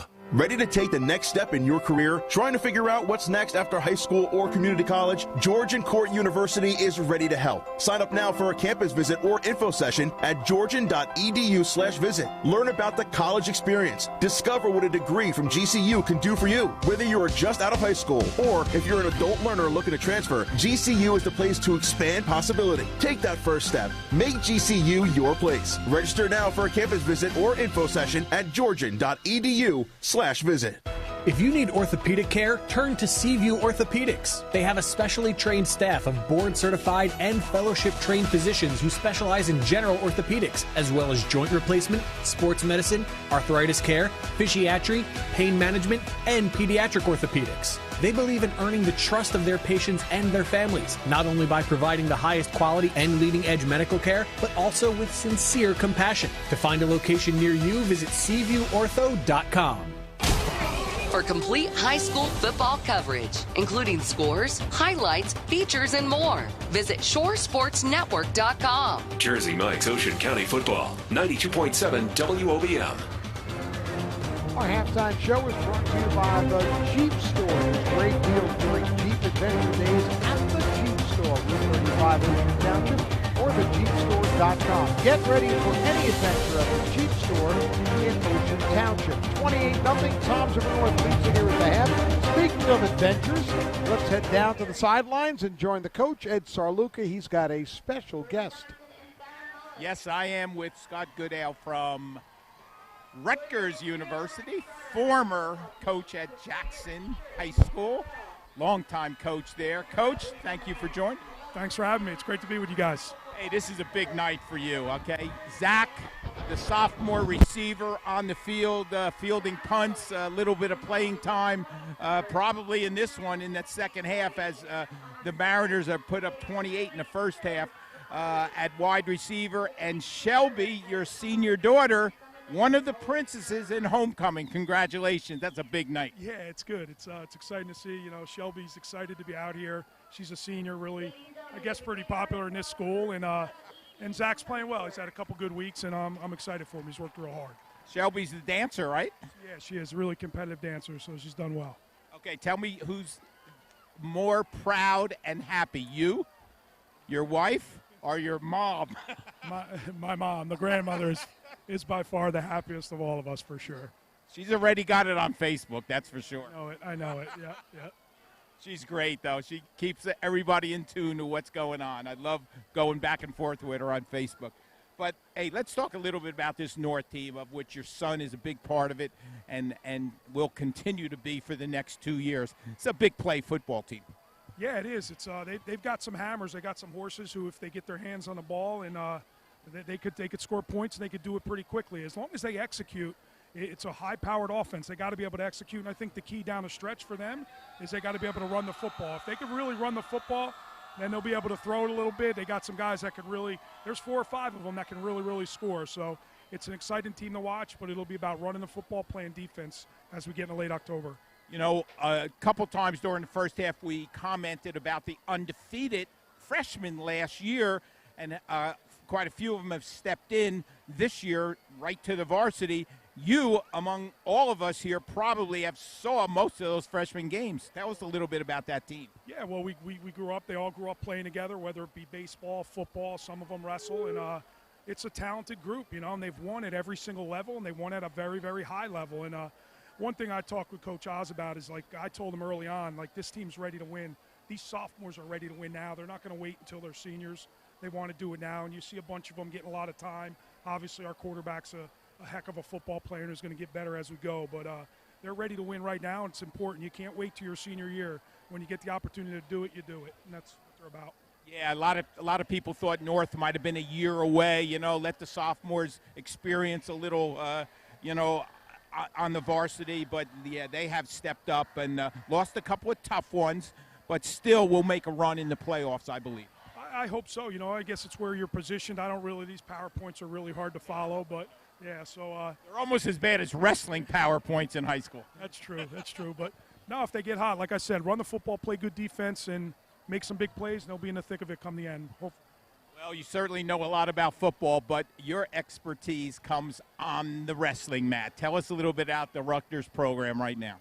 We're in a good spot. I think, whatever poll you look at, we're preseason 12th in the country, so it's a good spot to start, I think. We got a lot of really, really good guys coming back. We got a 3-time All-American in Anthony Ashnault, who's been the face of our program for a long time now, and he's back for a 6th year. And then, of course, we got Nick Suriano, who's back as a defending national finalist, and depending on what weight he goes, could be in the thick of it again. We feel we have 2 guys that can win national titles, a host of others that could be All-Americans. You put 4 or 5 in the last day in March, you're winning a trophy at the national tournament. I think that's our goal. How about the Big Ten? Who do we look for in there? It's really, really top-heavy, right? Penn State, I hate to say Penn State with Kevin on this line, but Penn State's the #1 team in the country. Iowa's #2. Michigan's anywhere 4 to 5. Ohio State's 3. So, it's got out of the top 10 in the country, 7 of them are from the Big Ten, and we're sitting right outside that. So, heck, we may be 7th or 8th in our conference, but we could also be 7th or 8th in the country. So, it's a heck of a conference. It's fun to be in, though. If you're going to do it, let's do it at the highest level. So, it's really fun to be a part of. I want to comment on something on the internet that I watched with anticipation each week when they followed you from the time you got up in the morning and had your morning coffee to the time you set foot on campus at Rutgers. What was that all about? Who did that? It was just the Rutgers people. Our vision wanted to do it, and we did it, and really that's my day. It wasn't a movie, it wasn't fake. That was my day, and right down to the pumpkin spice at Dunkin' Donuts. I got a lot of heat for that pumpkin spice. I might have lost a couple recruits because of that. If I knew it was going to be that bad, I wouldn't have ordered it. Holy heck.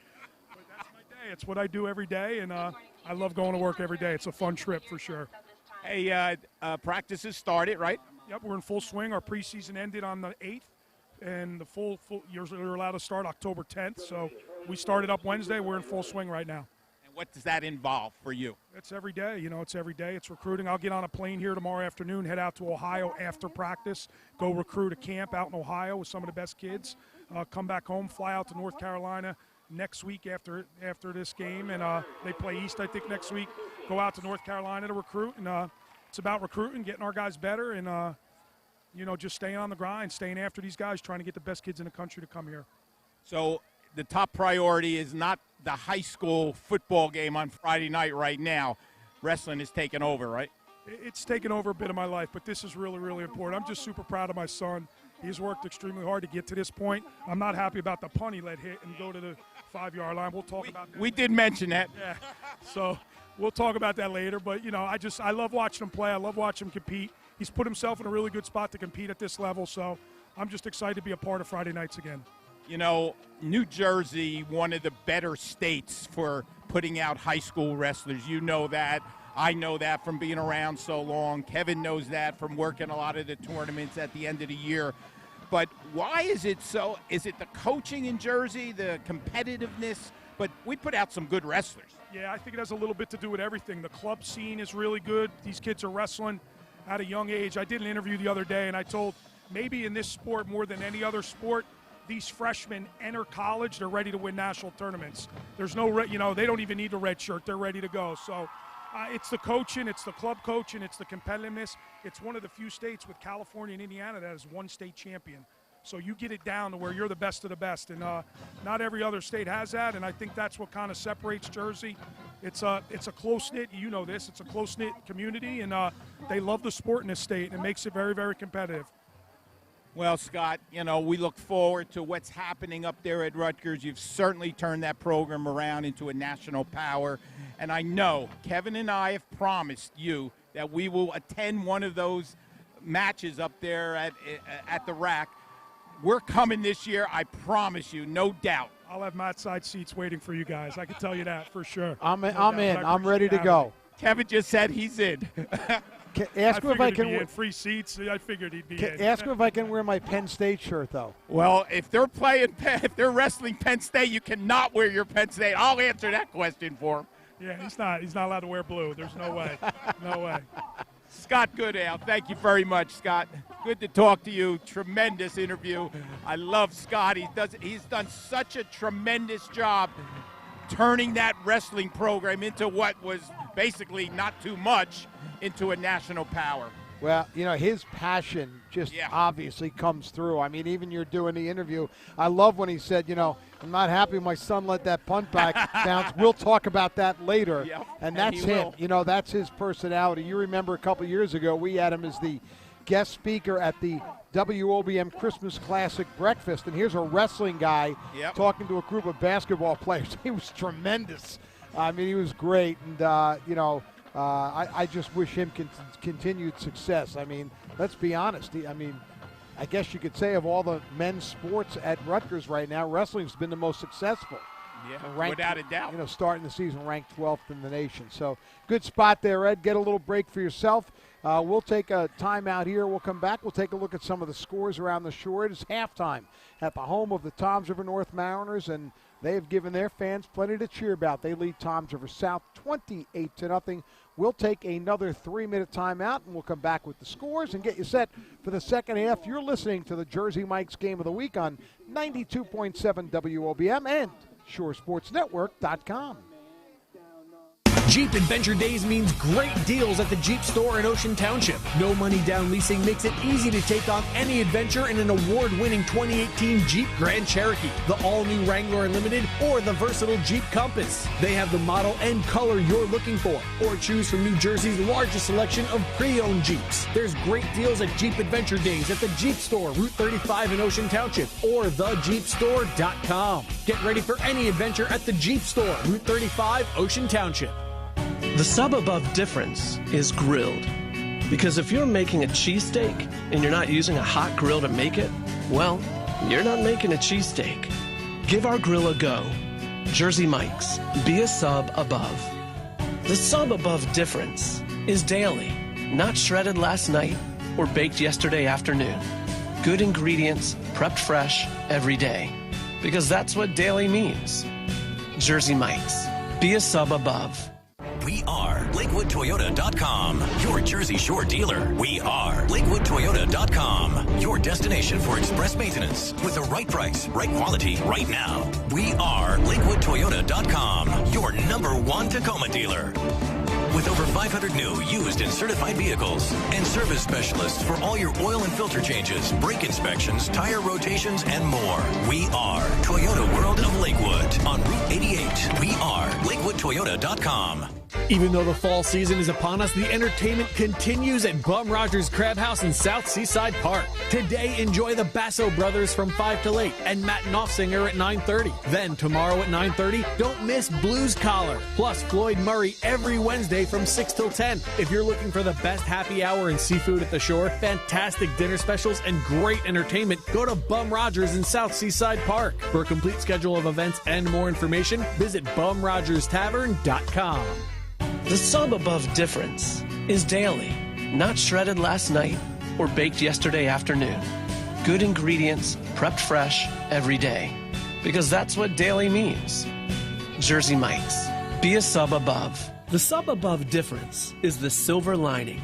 Order Jersey Mike's for your game day party and rest assured that even if your team doesn't win, your mouth does. Victory is all yours. Jersey Mike's. Be a sub above. Hey, Chrissy, where can I score my best deal on a new set of wheels? Searching? Sansone Jr.'s 66 Auto Mall. During the fall sales blitz, they're hitting the competition hard, knocking down prices, payments, and financing rates on a huge lineup of new Nissans and Kias. What if my credit's out of shape? Don't sweat it. When the blitz is on, their only job is to say yes with credit approval in 15 minutes or less. Sansone Jr.'s 66 Auto Mall, where we work hard to make car buying easy. Now back to Jersey Mike's Ocean County football. On 92.7 WOBM and ShoreSportsNetwork.com. And we are here at halftime as the Toms River North Band is entertaining the home crowds.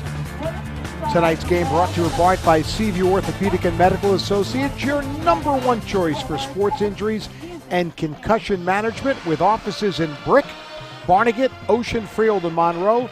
Visit SeaviewOrtho.com. Let's run down some scores here, Matt. It is, who are they playing? Middletown North, who has not won a game yet, right? Winless Middletown North leading Howell 36-2. Middletown North is leading? Yes. Freehold Township leads Freehold 13-10. That's a good game, and we kind of expected that. Barnegat senior running back Charlie Cotton has just broken the all-time schools rushing record. Congratulations to him. Barnegat was rolling pretty good. We'll get an updated score on that.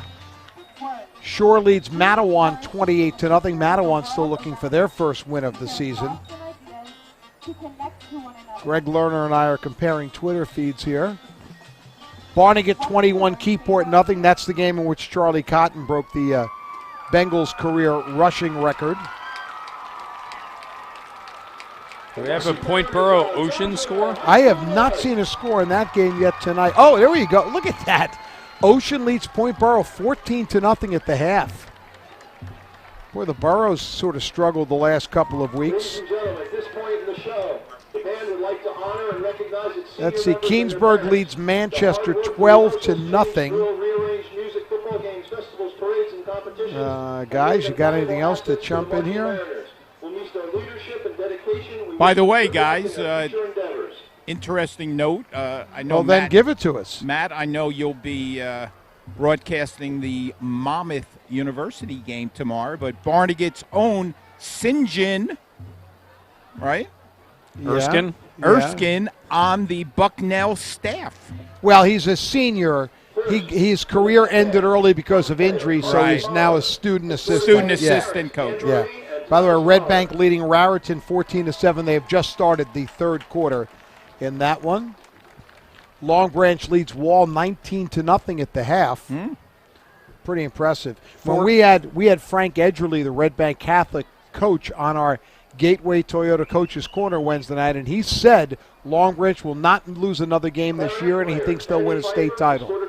4 games on the schedule tomorrow as well. Rumson Fairhaven will be at Lakewood. Manasquan at Mater Dei Prep. Marlboro at Colts Neck. And Monmouth Regional will be home for Neptune.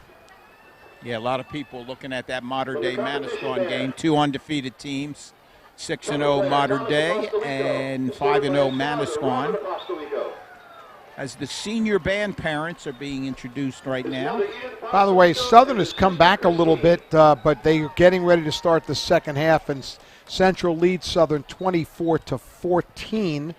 It was Manalapan 21, Brick Memorial 7, the last score we heard. That game should be at halftime. Yeah, they are. Brick is leading Lacey 14-7.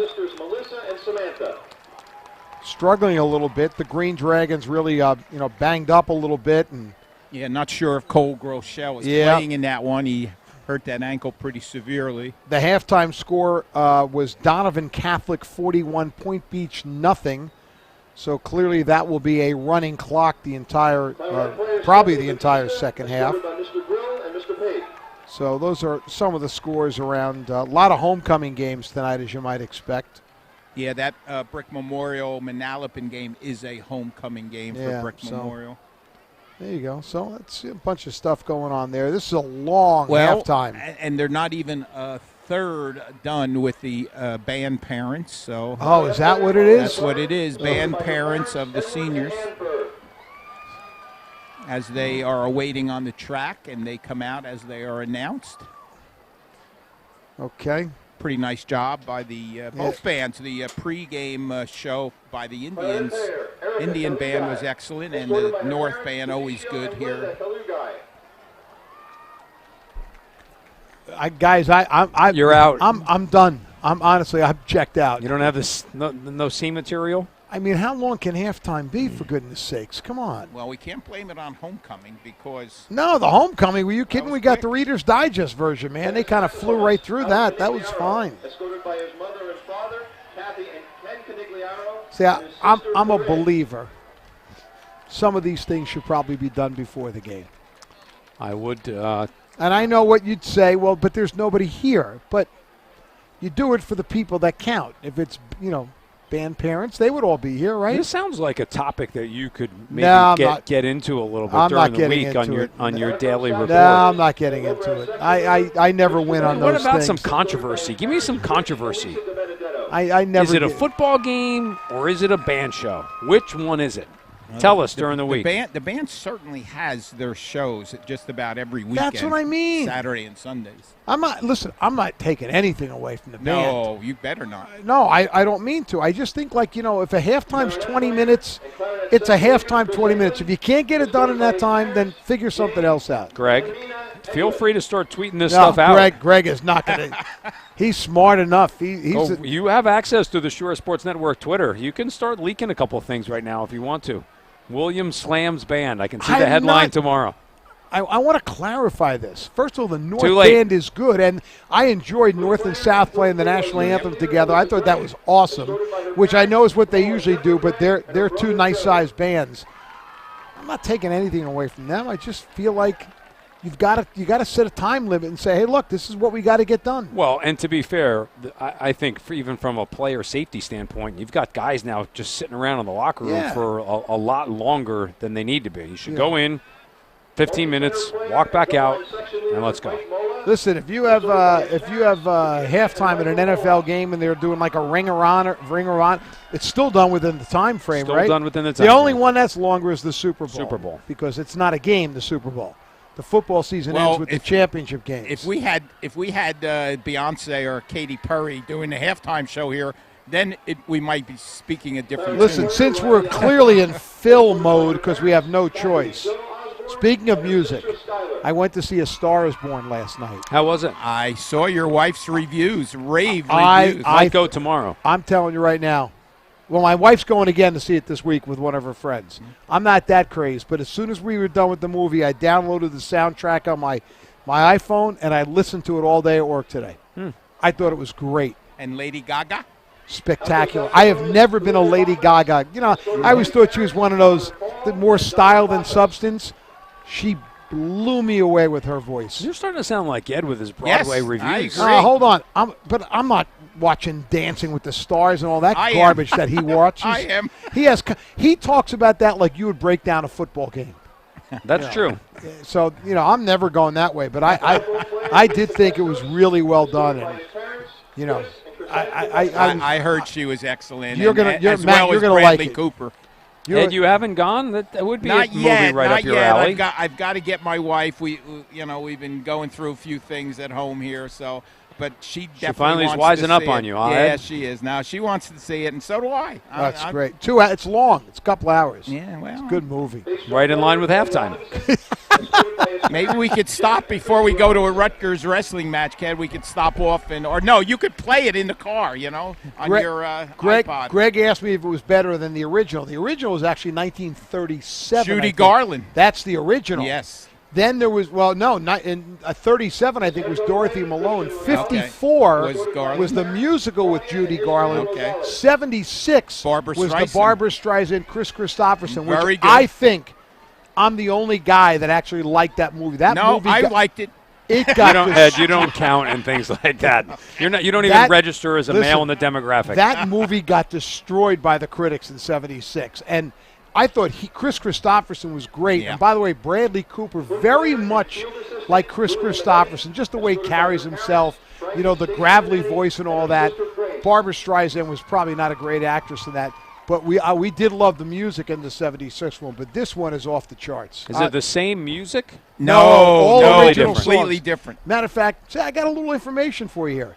Do you know Bradley Cooper? First of all, he sings. That's really his voice. Yep. And he had not had he took a lot of training, and he and Willie Nelson's son Lucas wrote a lot of the songs that are in the movie. And Lucas Nelson actually plays in the movie. He's in the band. That would be, his band or whatever. Like you've gone 2 feet in. I'll give you another thing because I've been reading about it. They actually performed some of the scenes at an actual concert in which Willie Nelson played in, along with a couple of other groups. The concert, by the way, was what's the one? The Coachella in California. There you go. That's where they used a lot of the scenes with the big crowd and everything. Kevin, your knowledge you've gone to a whole nother level. But I'm going to be honest, my daughter. We haven't referenced Penn State during this halftime at all, which is very rare. My daughter has told me all this in the last couple of days. They filmed the movie in 42 days, the whole movie, which is amazing. But listen, I think if you do a movie like that, would be my opinion. You think back to the Johnny Cash movie, Walk the Line, with Joaquin Phoenix. Really good. They sung all their own stuff too. I think to make it real, you almost kind of have to. Absolutely, I agree, Matt. I agree. But this movie is going to do big numbers, and I was just really impressed. I did not expect it to be that good. Did you go to the local Toms River AMC theater? We went to the Marquee Cinema in Toms River yesterday. Does that have the reclining seats? Oh yeah, I fell asleep during the previews. I was nodding out, but once the movie started, I was into it. I was sorry to see it end. I wanted to keep it going. Maybe and you I should knew go at the back. end, Maybe you should go back again. I have no need to have to feel like I have to go back, But I got. You want to listen? Well, listen. This halftime show was so long that should have brought your iPod out. I could play it right on the microphone. We've seen the good and bad in you so far in this halftime. Slamming high school bands, but giving great movie reviews I just got a text from someone that said bands rule. Yeah, you know who that was. Yeah, I do know who it is. Mr. DeAndrea. The band is leaving the field. We will take a timeout, and when we come back, hopefully we'll see both teams making their way back to the field. We've still got the 3-minute warm-up time, but we'll come back. We'll recap a little bit. We'll get you up and going and get you set for the second half. It's Toms River North 28, Toms River South nothing. We're back with more Ocean County football here on 92.7 WOBM FM, brought to you by Jersey Mike's and at ShoreSportsNetwork.com as well. Are you looking for a great lunch experience? Something out of the ordinary? Of course you are. Get away from the ordinary and get into the Melting Pot for lunch. The Melting Pot is open for lunch every Monday through Friday from 11 to 4. In a hurry, order up fondue in a flash. A delicious cheese fondue, a farm fresh salad, and your choice of a tasty satay skewer for only $14.95. The Melting Pot, located in the Galleria, 2 Bridge Avenue, Red Bank. Open every Monday through Friday from 11. How long here? Lunch. Brick Memorial is scored. It's 21-14. TFS Corolla 5189 or RAV 44988. Do it signing $0 security deposit. Excludes tax tag title 439 doc fee 10K miles per year. Ends 10/31/2018.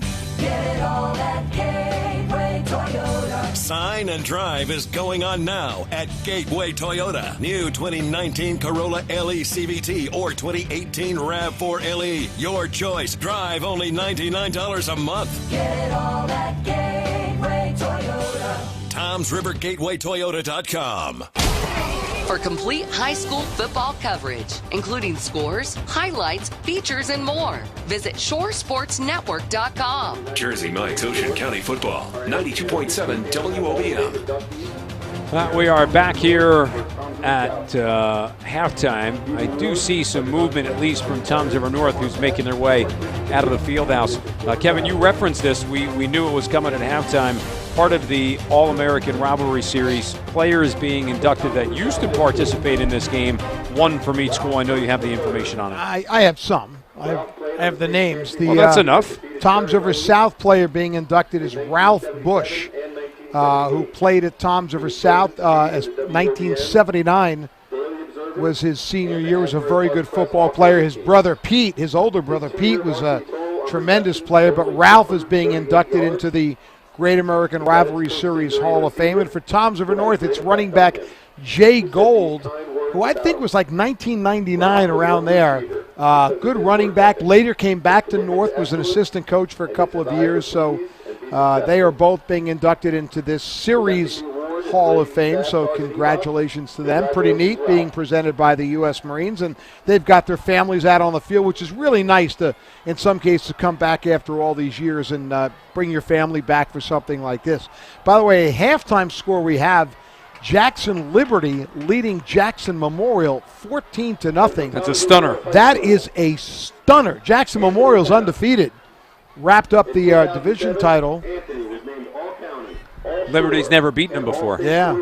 Since the school opened. That would be that's unbelievable. Yeah, that would I think be Liberty only had one win going into tonight. So that would be game of the upset year type and routine. Listen, I'd like to apologize if my band comments oh, come on. We don't upset have to apologize anyone for that. Especially Bud McCormick, the former retired band director from Jackson Memorial, and right now, I'll tell you right now, Jackson Memorial's band to me, I haven't seen any better in the Shore. They are great. Bud is retired. He's at the game tonight, and proud. Yeah, he goes back, and he roots for the band as much as anything else. And I think if you have listened to us do our high school games over the last quarter century, we have always, Ed, spoken well of all the bands that are involved. Especially Buds and the Mariners and the Indians. Absolutely. I mean, Tom's River prides itself in that. I love the bands. Hey, I see some players coming on the field. Oh, really? Yeah. The Mariners are in their blow-up helmet. No sign, however, Ed, of Tom's River South. This is Kevin. I did say hello to Pete Bush. He said to say hi. Oh, nice, good. On the field, he's got the orange hat out there, so you could easily depict him with his brother. They had quite a few family members. Yeah, that was nice. Yeah, it was. That was nice. Kevin, what else? What other kind of movies do you have coming up? Anything else that you'd like to see? I'm telling you. I'd say what looked good in the previews, but you said you slept through them. There's some good stuff coming out, though.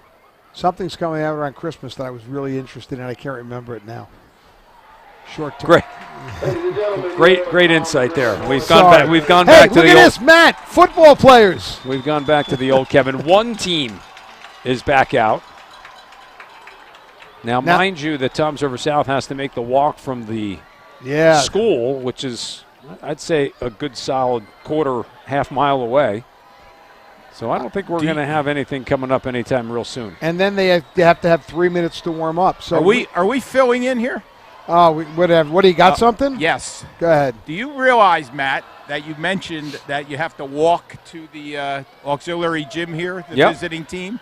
I received a personal foul 15-yard penalty on my way to the locker room for getting into it with one of the officials. Tonight? You've been kicked out? No, not tonight.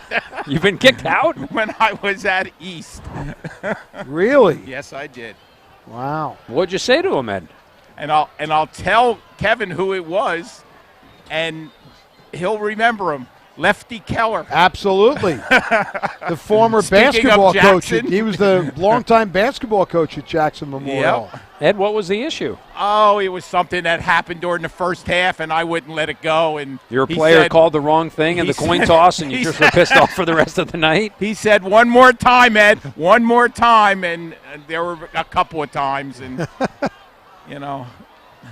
George Jack, Mr. Gentleman George, he had to calm me down.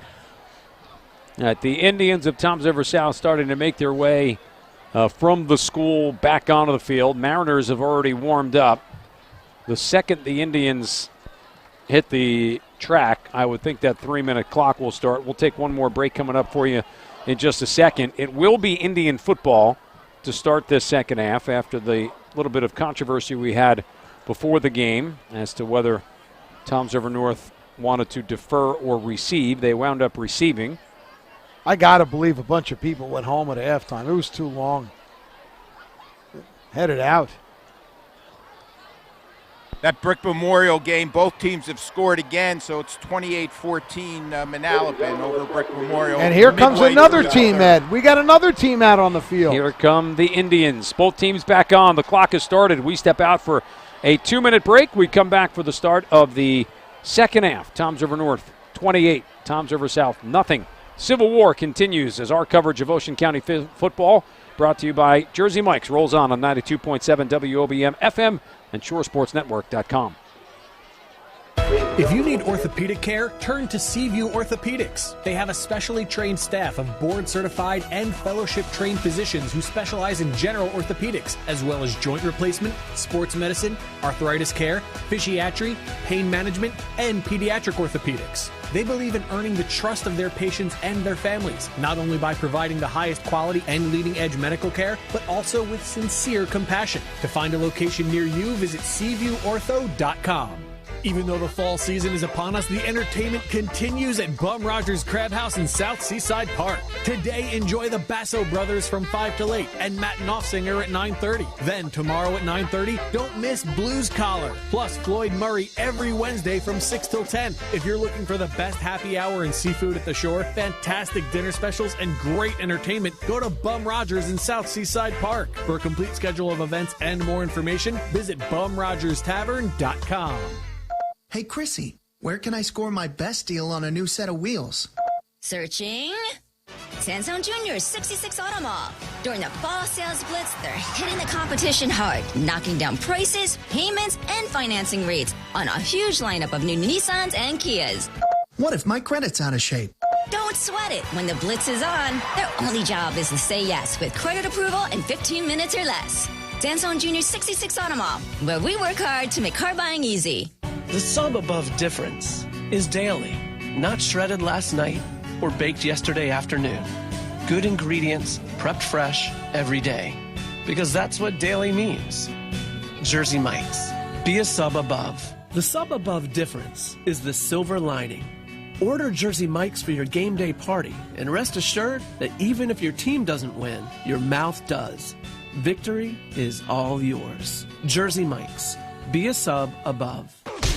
Now back to Jersey Mike's Ocean County football on 92.7 WOBM and ShoreSportsNetwork.com. Close to kickoff here in the second half. I think our halftime show not only broke the record for perhaps our longest in our coverage of high school football, I'm pretty sure it's on its way to the Radio Hall of Fame. Yeah. By the way, there is 5 minutes left, and Jackson Liberty leads Jackson Memorial. Previously undefeated Jackson Memorial, 14-0. That will be a stunner. Toms River North set to kick off. Joe Romeo gets the second half back up and going. It will be Jorian Harris who takes it inside his 10-yard line.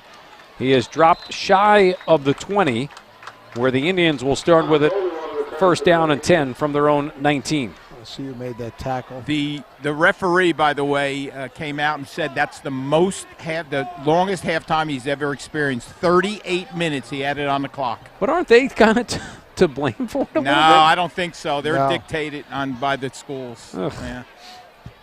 Should be contractually obligated to keep it within 20 at least. All right, first down and 10 here for Toms River South. We are up and going now, third quarter. 28-0. Mariners lead it. Jack Huber bringing his offense back on. He's got Sam Akinlolu at the running back position. Slot receiver combinations either way. Conover in motion. Huber will keep it off the right side. Break the plane of the 20. Push the pile forward. Get close to the 22-yard line. Gain there of about 3. And make it second down and 7. Akinlolu on the carry. Well, you'd have to think if you're Toms River South and if you've got any chance of trying to get back into this football game, it would have to start with this opening drive as Toms River North on the verge of a potential mercy rule situation. By the way, Papamitis is not back in the game. He had left in the first half with an apparent knee injury. Trips off to the right side. Mariners showing blitz as Huber throws. He is knocked to the ground by Najelski and falls incomplete and brings up a third down now and 7. Well, I had to throw that one way early because of the pressure, and it sailed over the receiver's head, not even close.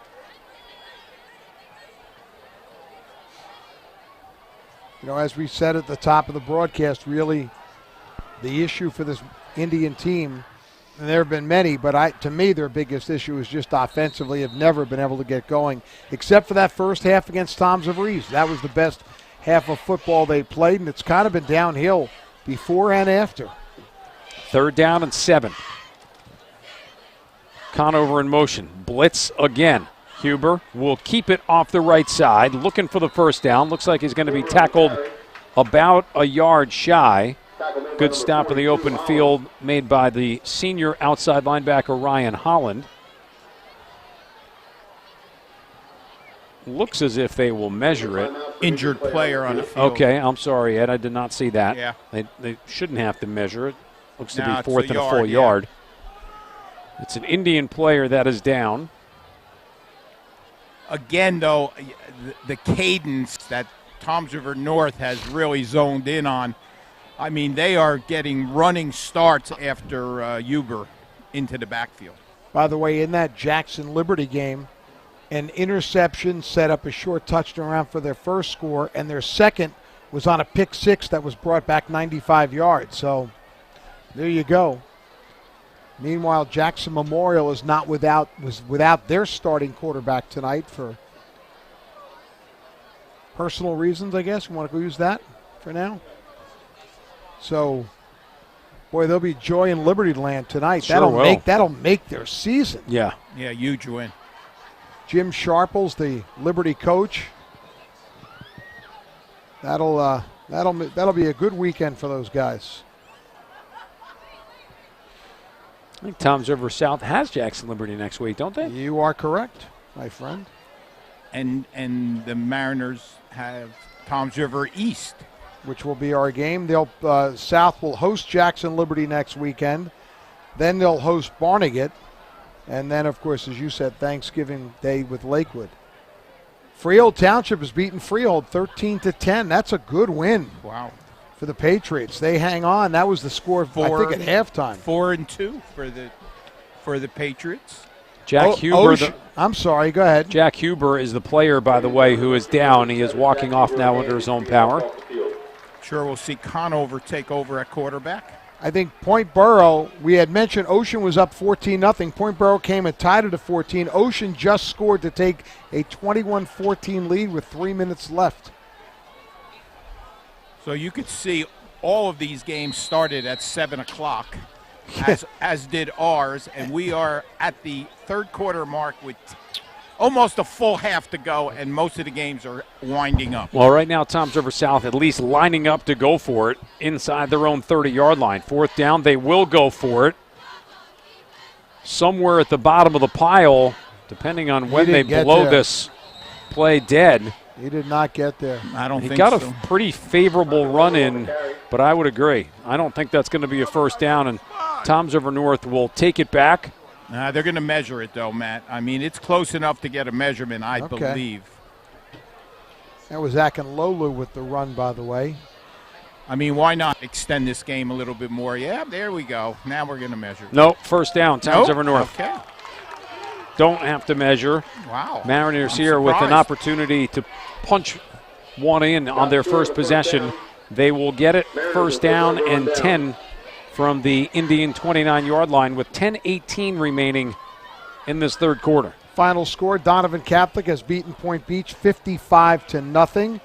Running clock in the second half. That one went quick. First possession here for Toms River North.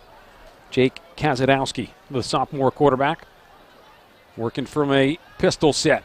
Pump action and gets sacked. Big pressure off the edge. Keith Calloway coming hard. Didn't slow down at all. Wrapped up at the 35-yard line. A loss there of about 7. Good coverage by the South secondary, and then Callaway was able to get in the backfield and brought Kazanowski down, as you said, for the big loss. Brings up second and 17. Kazanowski, a big kid, strong kid, took that sack pretty good. Listed at 6'2", 185. Going to roll to his right here. Stop throw. Overshoot Aaron Craig, as that will fall incomplete and bring up now third down and 17. By the way, Kazanowski's father, Scott, was a good athlete at Toms River South. Baseball and I believe soccer. So here he is rooting for his son to beat his alma mater. I was going to say, what sideline is he sitting Oh, on? he's in Oh, north. he's in the earth stands. Yep. By the way, we didn't mention it, but the outstanding show of pride. Right Third after down this now play. and 17. Kazanowski throwing, has a man wide open. Touchdown, Toms River North. Aaron Craig bringing it in, 35-yard strike. The air attack for Toms River North working again. Craig's second of the night. 5th of the season, right? He caught one earlier, didn't he? Yes. Okay. It was so long ago I forgot. Was it yesterday? Here comes Romeo on for the extra point. That would make it 35-0. I was going to mention the student section before, Matt, Yeah. before that play, but just 400 kids in the North student section. Good snap, good hold. Kick is up, and it is good. 35-0 is where we sit right now. 9:26 remaining. We'll hold it here as this third quarter may move pretty quick as we are within the mercy rule score line. As once this kickoff gets up and going, clock will run short of scoring plays and injuries and penalties or timeouts that are taken. That's it. Those are the 4 things. That's it.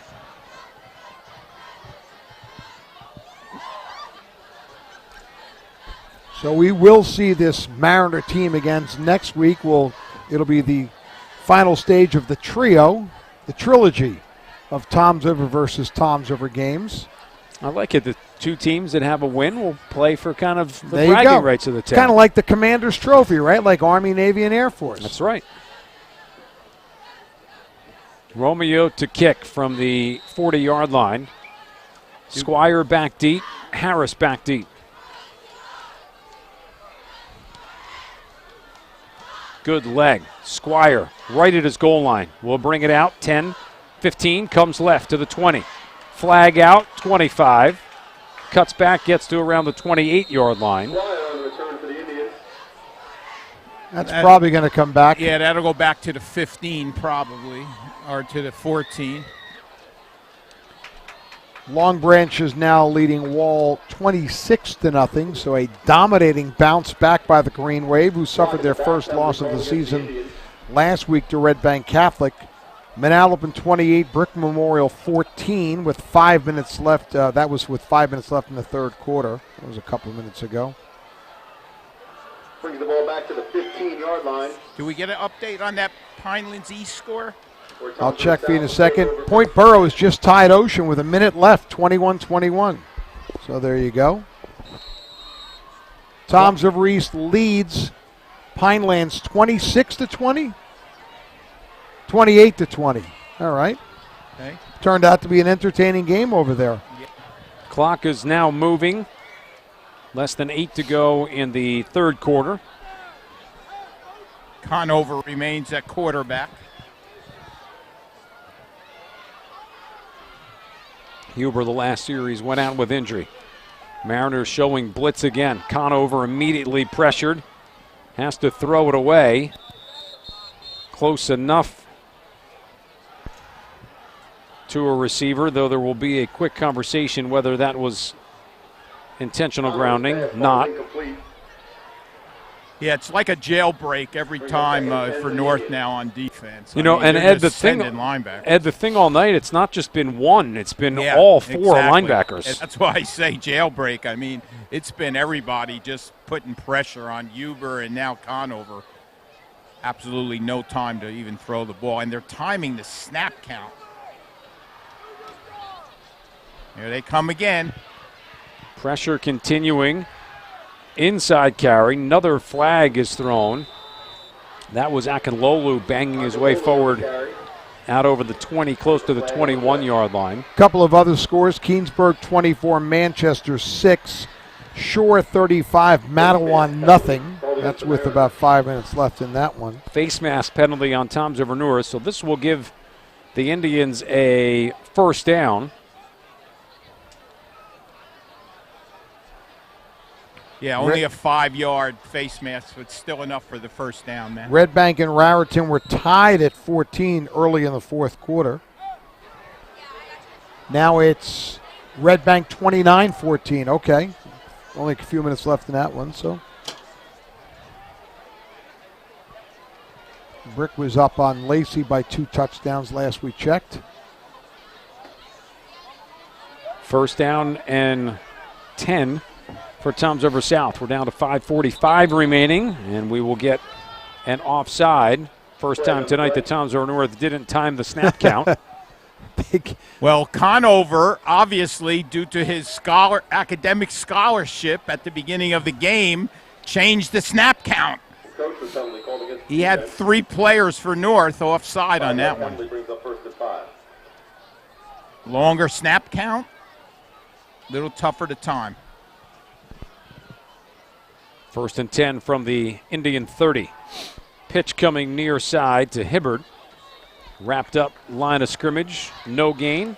Make it second down and 5. Well, you know, Hibbert's a young man. I think he deserves a little bit of credit. Mentioned this when they played East a couple weeks ago. And that is his first 3 years of high school football never got off the ground because of injury. All 3 years got hurt in the preseason. Hung in there, came out of senior years, got into play all season. Good for him.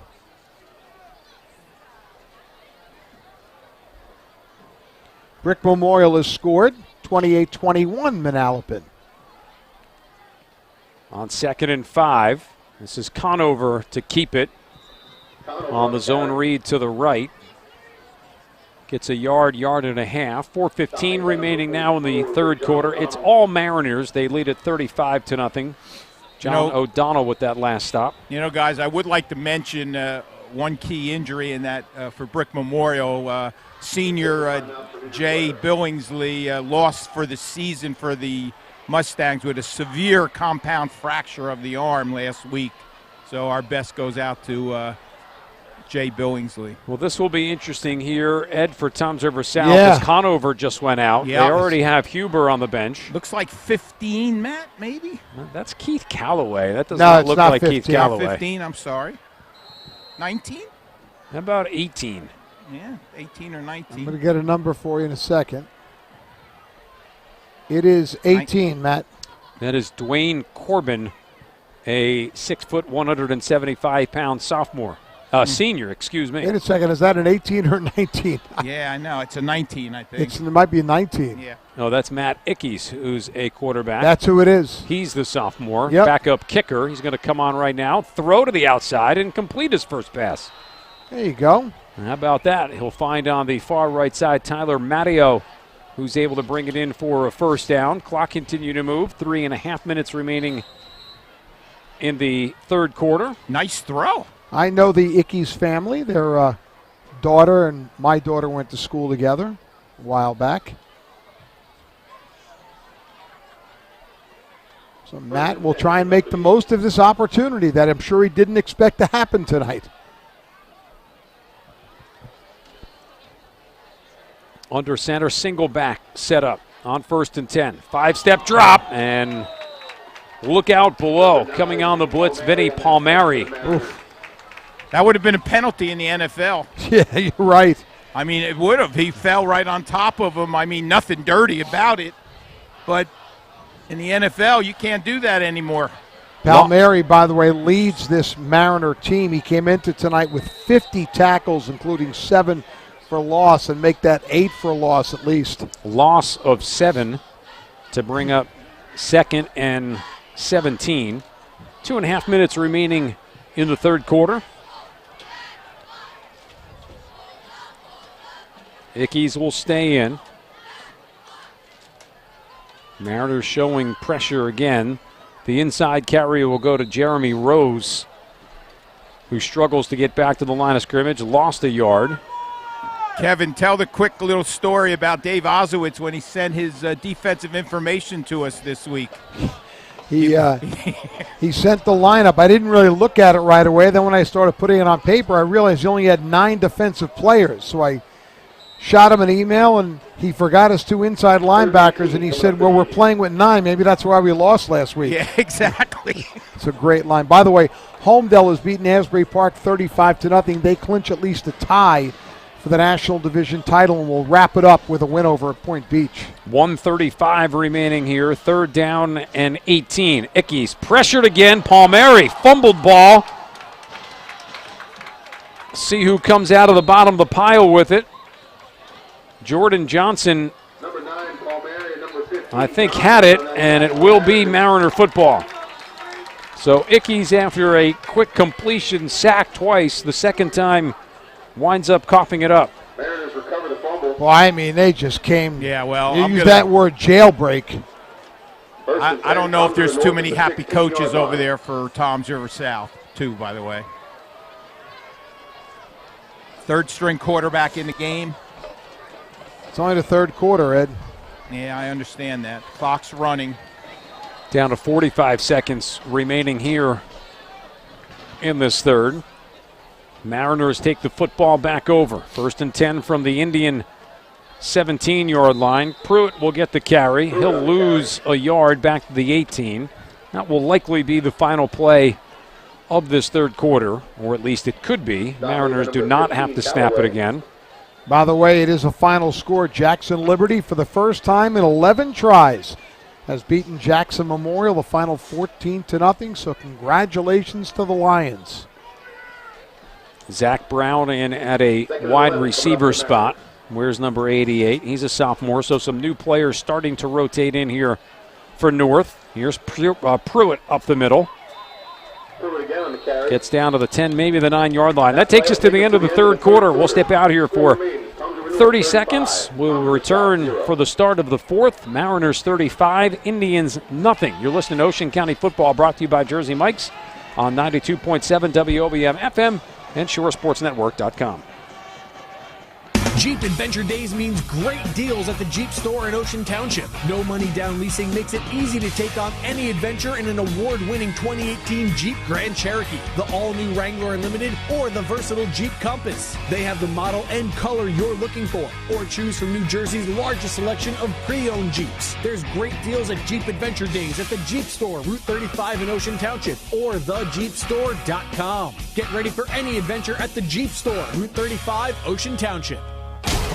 For complete high school football coverage, including scores, highlights, features, and more, visit ShoreSportsNetwork.com. Jersey Mike's Ocean County Football, 92.7 WOBM.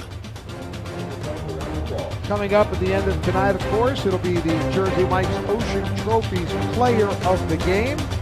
Brought to you by Ocean Trophies, Route 9 in Winoka Harbor, the official trophy supplier for the Shore Sports Network, and there are several certainly deserving candidates from Tom to the North that we'll have to contemplate on, fellas.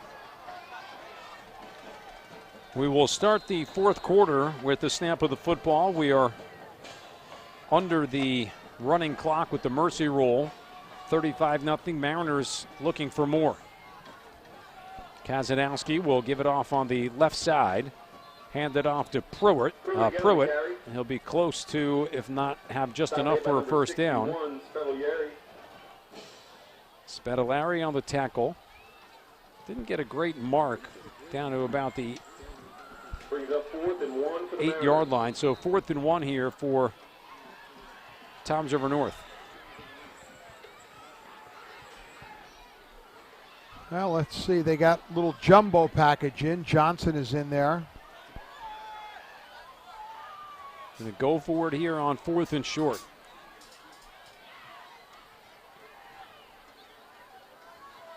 Johnson in motion. Pruitt, the single back, gets the carry. He will have a 1st down as he carries a tackler over the 5. 1st and goal coming for Toms River North. 1st down, Mariners. So the Mariners working their way in for another score, and I would hope after that one it may be time to pull the starters for the night. 1st and goal, Toms River North from the 4-yard line. In that Brick Memorial game, by the way, there's 9 minutes left, and it's, as you said, 28-21 Manalapan. Good football game. Yeah. Johnson will motion across the formation from left to right. Pruitt gets the little pitch off to the right side, spins back into traffic and gets dropped by Ferrigno. Loss of a yard on the play, back to the 6. You know, Spedolari in there as well. You know, the score won't indicate it, obviously, you know, and it may be a kind of a stupid remark, but I think South has done a fairly good job against the run tonight, you know. They haven't really been able to run the ball, and Dave Ozowitz in his halftime interview as he was leaving the field said that they were a little unhappy with the way they've run the ball. It's been their rock all year. So credit South's defense for at least holding up the run for the Mariners. Split receiver set. Now a trips off to the right side for the Mariners. 2nd and goal with 9:20 remaining. Pruitt, nice little move at the line of scrimmage. Dives forward into the end zone. Touchdown, Toms River North. Cannon fires for the 6th time tonight.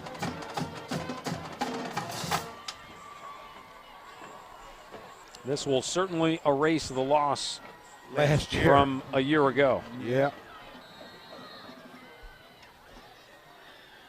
So the clock continues to run, 8:45 and running. We're making up some of the time from our halftime break. Yeah, exactly. Romeo on for the extra point.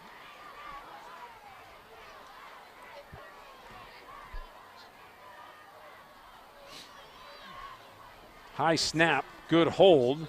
Well, he's got some foot. I mean, Ed, I'll tell you what, he might be one of the best kickers in the entire Shore Conference. We'll keep it here with 8:21 remaining, 42-0. He's got a fantastic leg. And he puts it in. Romeo. He sure does. Puts it near the end zone every time on kickoff. Yeah, he's very good. I've been very impressed by him. I don't remember last year if he was the kicker, but listen, they were 1-9 last year. They didn't score that many touchdowns, so.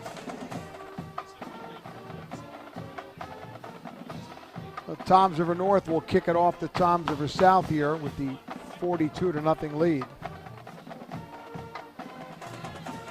Matt Harmon engaging in conversation with the fans. A band parent that wanted to talk to you after the game. He was the one band parent who didn't get introduced because they had to cut it. All right, so the Mariners will kick it off. Whoa, whoa, whoa, whoa, whoa, whoa, whoa, whoa. Come on, man.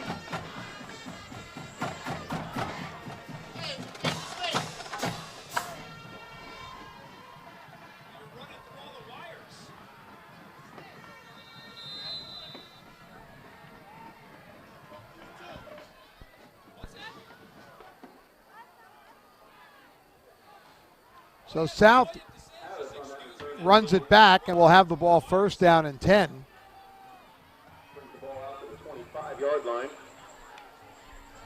Manalapan has kicked a field goal to make it 31-21 with 3:30 left in that contest. So it's a 2-score game up at Brick Memorial. Got some information on our kicker, Mr. Romeo. Okay. After this play. After this play. First down now and 10 for Toms River South. Ball popped out. Falling on it was Ickes. So the Indians will maintain possession. Romeo, the senior kicker, according to quite a few players and coaches on the sideline here, one of the best athletes on the team, and this team is loaded with athletes. He runs a 4.3 40. That's flying. He's a backup linebacker and a backup running back, and probably in the Manalapan game played one of the better games by any Mariner on the field. So he's not only a kicker, but he's an impressive kicker. Loss of 4 off the fumble. Second down now and 14. Bouncing to the outside. Good carry for Jeremy Rose, who keeps his legs moving. Gets back to 4, lost, plus 8 more. Gain of 12 will make it third down and about 2. I always think about how difficult this is on a night like tonight, especially for the South seniors. You know, your last year, you haven't won a game, you're playing your crosstown rival, you know, losing badly. not easy to come back and practice to the next day. You know, whenever they have practice, whether it be Sunday or Monday, not easy. Learn a lot about yourself on nights like this. 3rd down and 2. Indians trying to just keep possession of the football here. Ickes will hand it off. They will have a 1st down and a little bit more. Nice run off on the left side as well. It's again Jeremy Rose on the carry. We're down to 4:45 remaining in this 4th quarter. Yeah, I always feel like, you know, the team that's losing a game like this, those kids want to win as much as the other team. They work as hard during the week. You know, football can be a very humbling sport, maybe more so than any of the others. Guys, we still have to come up with a Ocean Trophies player of the game. Steve Meyer has brought the plaque down to the sidelines. Shotgun off the snap. And Ickes, who gets hit as he releases the football, throws it away left side. Now 4 minutes remaining. Yeah, Kev, the coordinator of the game down here that we spoke to prior to the game would like you to just mention it when you do come up with a player to the announcer so they can announce it over the loudspeaker. Okay, well, I'll try, but I mean, we are.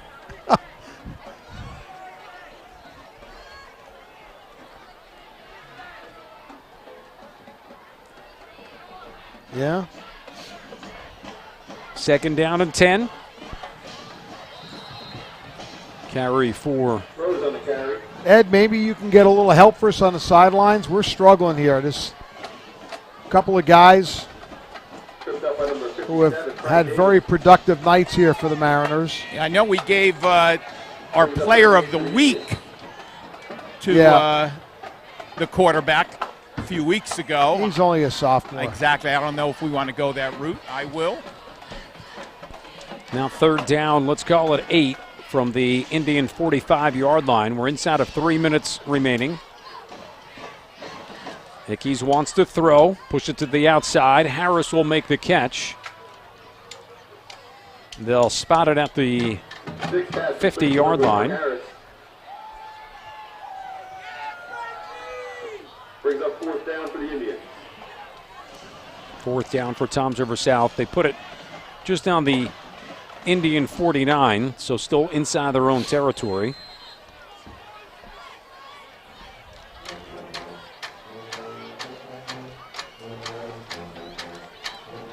Receivers either direction. Up under center is Matt Ickes, the 3rd quarterback tonight to play for Toms River South. Inside carry again that goes to Rose. He's a hard runner. Yes, he is. Unfortunately cannot get a 1st down. And Toms River North will be able to take it over. And you would hope here, Kevin, just take a couple of knees. Ed, what are you thinking? Our player of the game is going to be Deshaun Wilder. That's who Matt was thinking. Who did score 2 tonight. A lot of candidates. Mr. Wilder is going to win it. All right. Appreciate that, Ed. Okay. Mariner football, new numbers coming in with just a minute and a half remaining. Gavin Redgrave, who's the backup quarterback, also a sophomore, will get at least the snap here.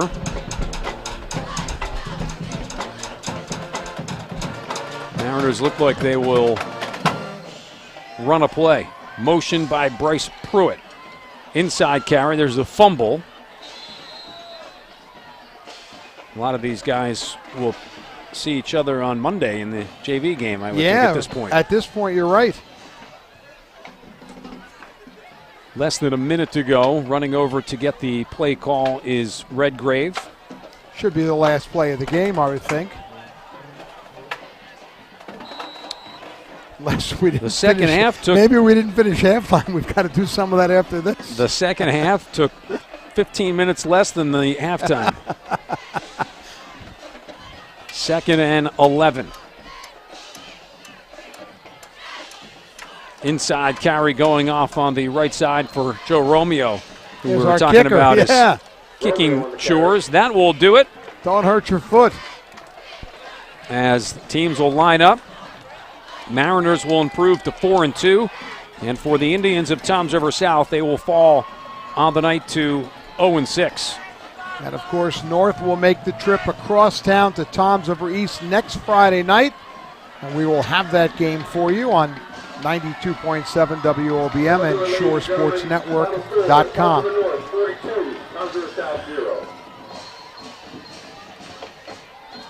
We'll stand by for just a second. Ed will try and grab Deshaun Wilder right out of the...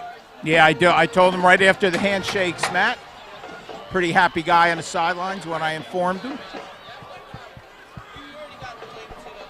Wilder, the 5'9", 195-pound senior. Couple of touchdowns tonight on several big plays for this Mariner offense.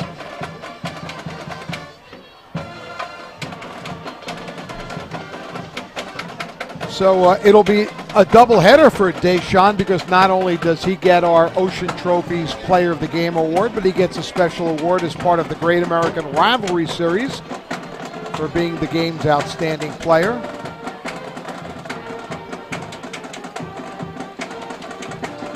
Teams going through the handshake lines. I mean, obviously a lot of these guys know each other.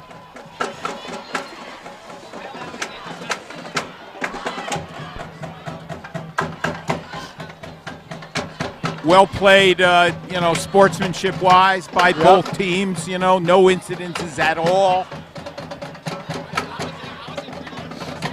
Of course, Mr. Wilder, the last guy in line, or next to last, so we'll get him right after this. MVP performance be special for a senior, especially after that loss a year ago. Ed. Our Ocean Trophies Player of the Game, Deshaun Wilder from Toms River North. 2 touchdowns, 2 big ones tonight in this big rivalry. Deshaun, tell us about them. Yeah, it was pretty good. We ran Russia. It was all because of the blockers, the line. So I was able to get in between the middle, and then it was nothing but green grass right there. You got some big guys, big hogs up front, don't you? Yeah, they're good. They're good. Hey, this is a big play North team. I mean, capable of scoring from anywhere on the field, isn't it? Yeah. You could pretty much all our wideouts, our running backs, got a lot of talent, so we could pretty much score wherever we want. 2 tough losses the last couple of weeks. It's good to come back with a big time 42-0 win. Yeah. Those last 2, we lost by 1 point to Milltown South because we got a blocked field goal, but now we're coming back stronger than ever. I'm sure you're going to get yourself involved. Here's your trophy, your plaque. Okay, we'll get a picture with you right after this interview. But I'm sure you're going to want to try to make a run in the playoffs, right? Yeah, definitely make a run in the playoffs. We got to go hard when we get to the playoffs. Well, congratulations. Go join your teammates now. Take a picture with us. We'll put it up on our website, okay? Yeah. Shore Sports Network. Congratulations. Thank you. Deshaun Wilder, guys. There you go. Remember, he won himself a football game in, week 1 or 2 against Manalapan, right? Mm-hmm. When he returned to kick off 90 yards in the last minute of the game. Yes, he did. All right, Ed, great job down on the sideline tonight. Kevin and I back up here in the box to wrap things up. The score might not indicate it, but, Kevin, it is always fun to be part of this game. I mean, it's the 47th meeting between these teams. It's, these guys play every year since Toms River North opened in '72. Since they started playing, they've played every year. They're going to play again next year. But this one did not go well for the Indians, and Coach Signorino and his staff will have to try and get those players up for next week. It'll be a challenge. Yeah, it certainly will be. Couple of games left for Toms River South. We will see this North team again next week. They will go from here to the east side of town and take on Toms River East, a game that we'll cover for you on our game of the week here in Ocean County. And I think an interesting matchup because a Raider team, from what we saw a couple weeks ago, got a couple of players to maybe keep an eye on. I think that could be a competitive game. Well, clearly the key to defending this North team is not to give up the big play, to make them drive down the field. They hit so many big plays, but if you can see in the last couple weeks before tonight, that was taken away from them and they struggled. So East will certainly know what to do. The question is, can you do it against that speed in the open field? Before you say the official goodnight, our special thanks, first of all, to Paul Barnowski, the athletic coordinator here at Toms River North, Ted Gillen, the athletic director for the Toms River School District, and, of course, both coaching staffs, Dave Oslowitz and his guys from Toms River North, and Ron Signorino Jr. and his staff from Toms River South. We appreciate all their cooperation. Kevin, Ed, Bob Batter is our main man from ShoreSportsNetwork.com. Talk high school football each and every Wednesday on our high school football show. Make sure you check the guys out doing that. Download the Shore Sports Network app if you hadn't. Go to ShoreSportsNetwork.com. Full coverage of all of the weekend activity Friday night into Saturday. I want to thank everyone for listening/watching to the game tonight. Tom Tremblay as our on-site guy tonight. Greg Lerner and Vin Ebino, our camera guys. For Ed Sarluca, Kevin Williams, our main guy back in the studio, Scott, running the board at 92.7 WOBM FM. I'm Matt Harmon. Your final score, one more time, in the Civil War, Toms River North 42, Toms River South nothing. You've been listening to Ocean County Football, brought to you by Jersey Mike's on 92.7 WOBM and ShoreSportsNetwork.com. Have a great rest of your weekend. Thanks, Scott. Jersey Mike's Ocean County Football on 90.